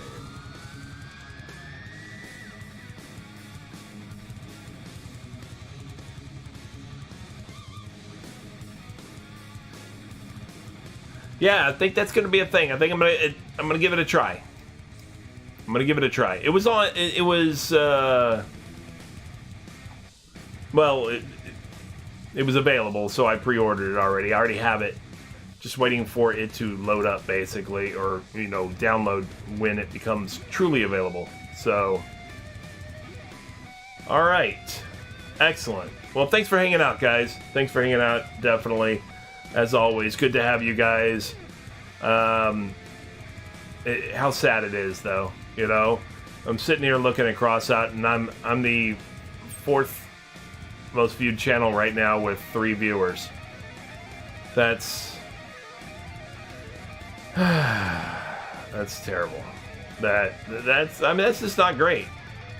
It's Friday evening. Yeah, take care, Beavis.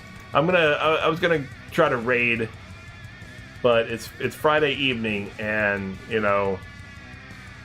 yeah, it was fun. Thanks for running with me today, Beavis. Definitely. And yet, we just don't get the viewership, man. Just don't get it, Just don't get it. Oops. Well, all right. I'm gonna go raid, I think.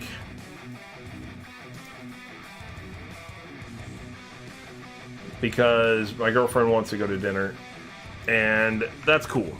Oops.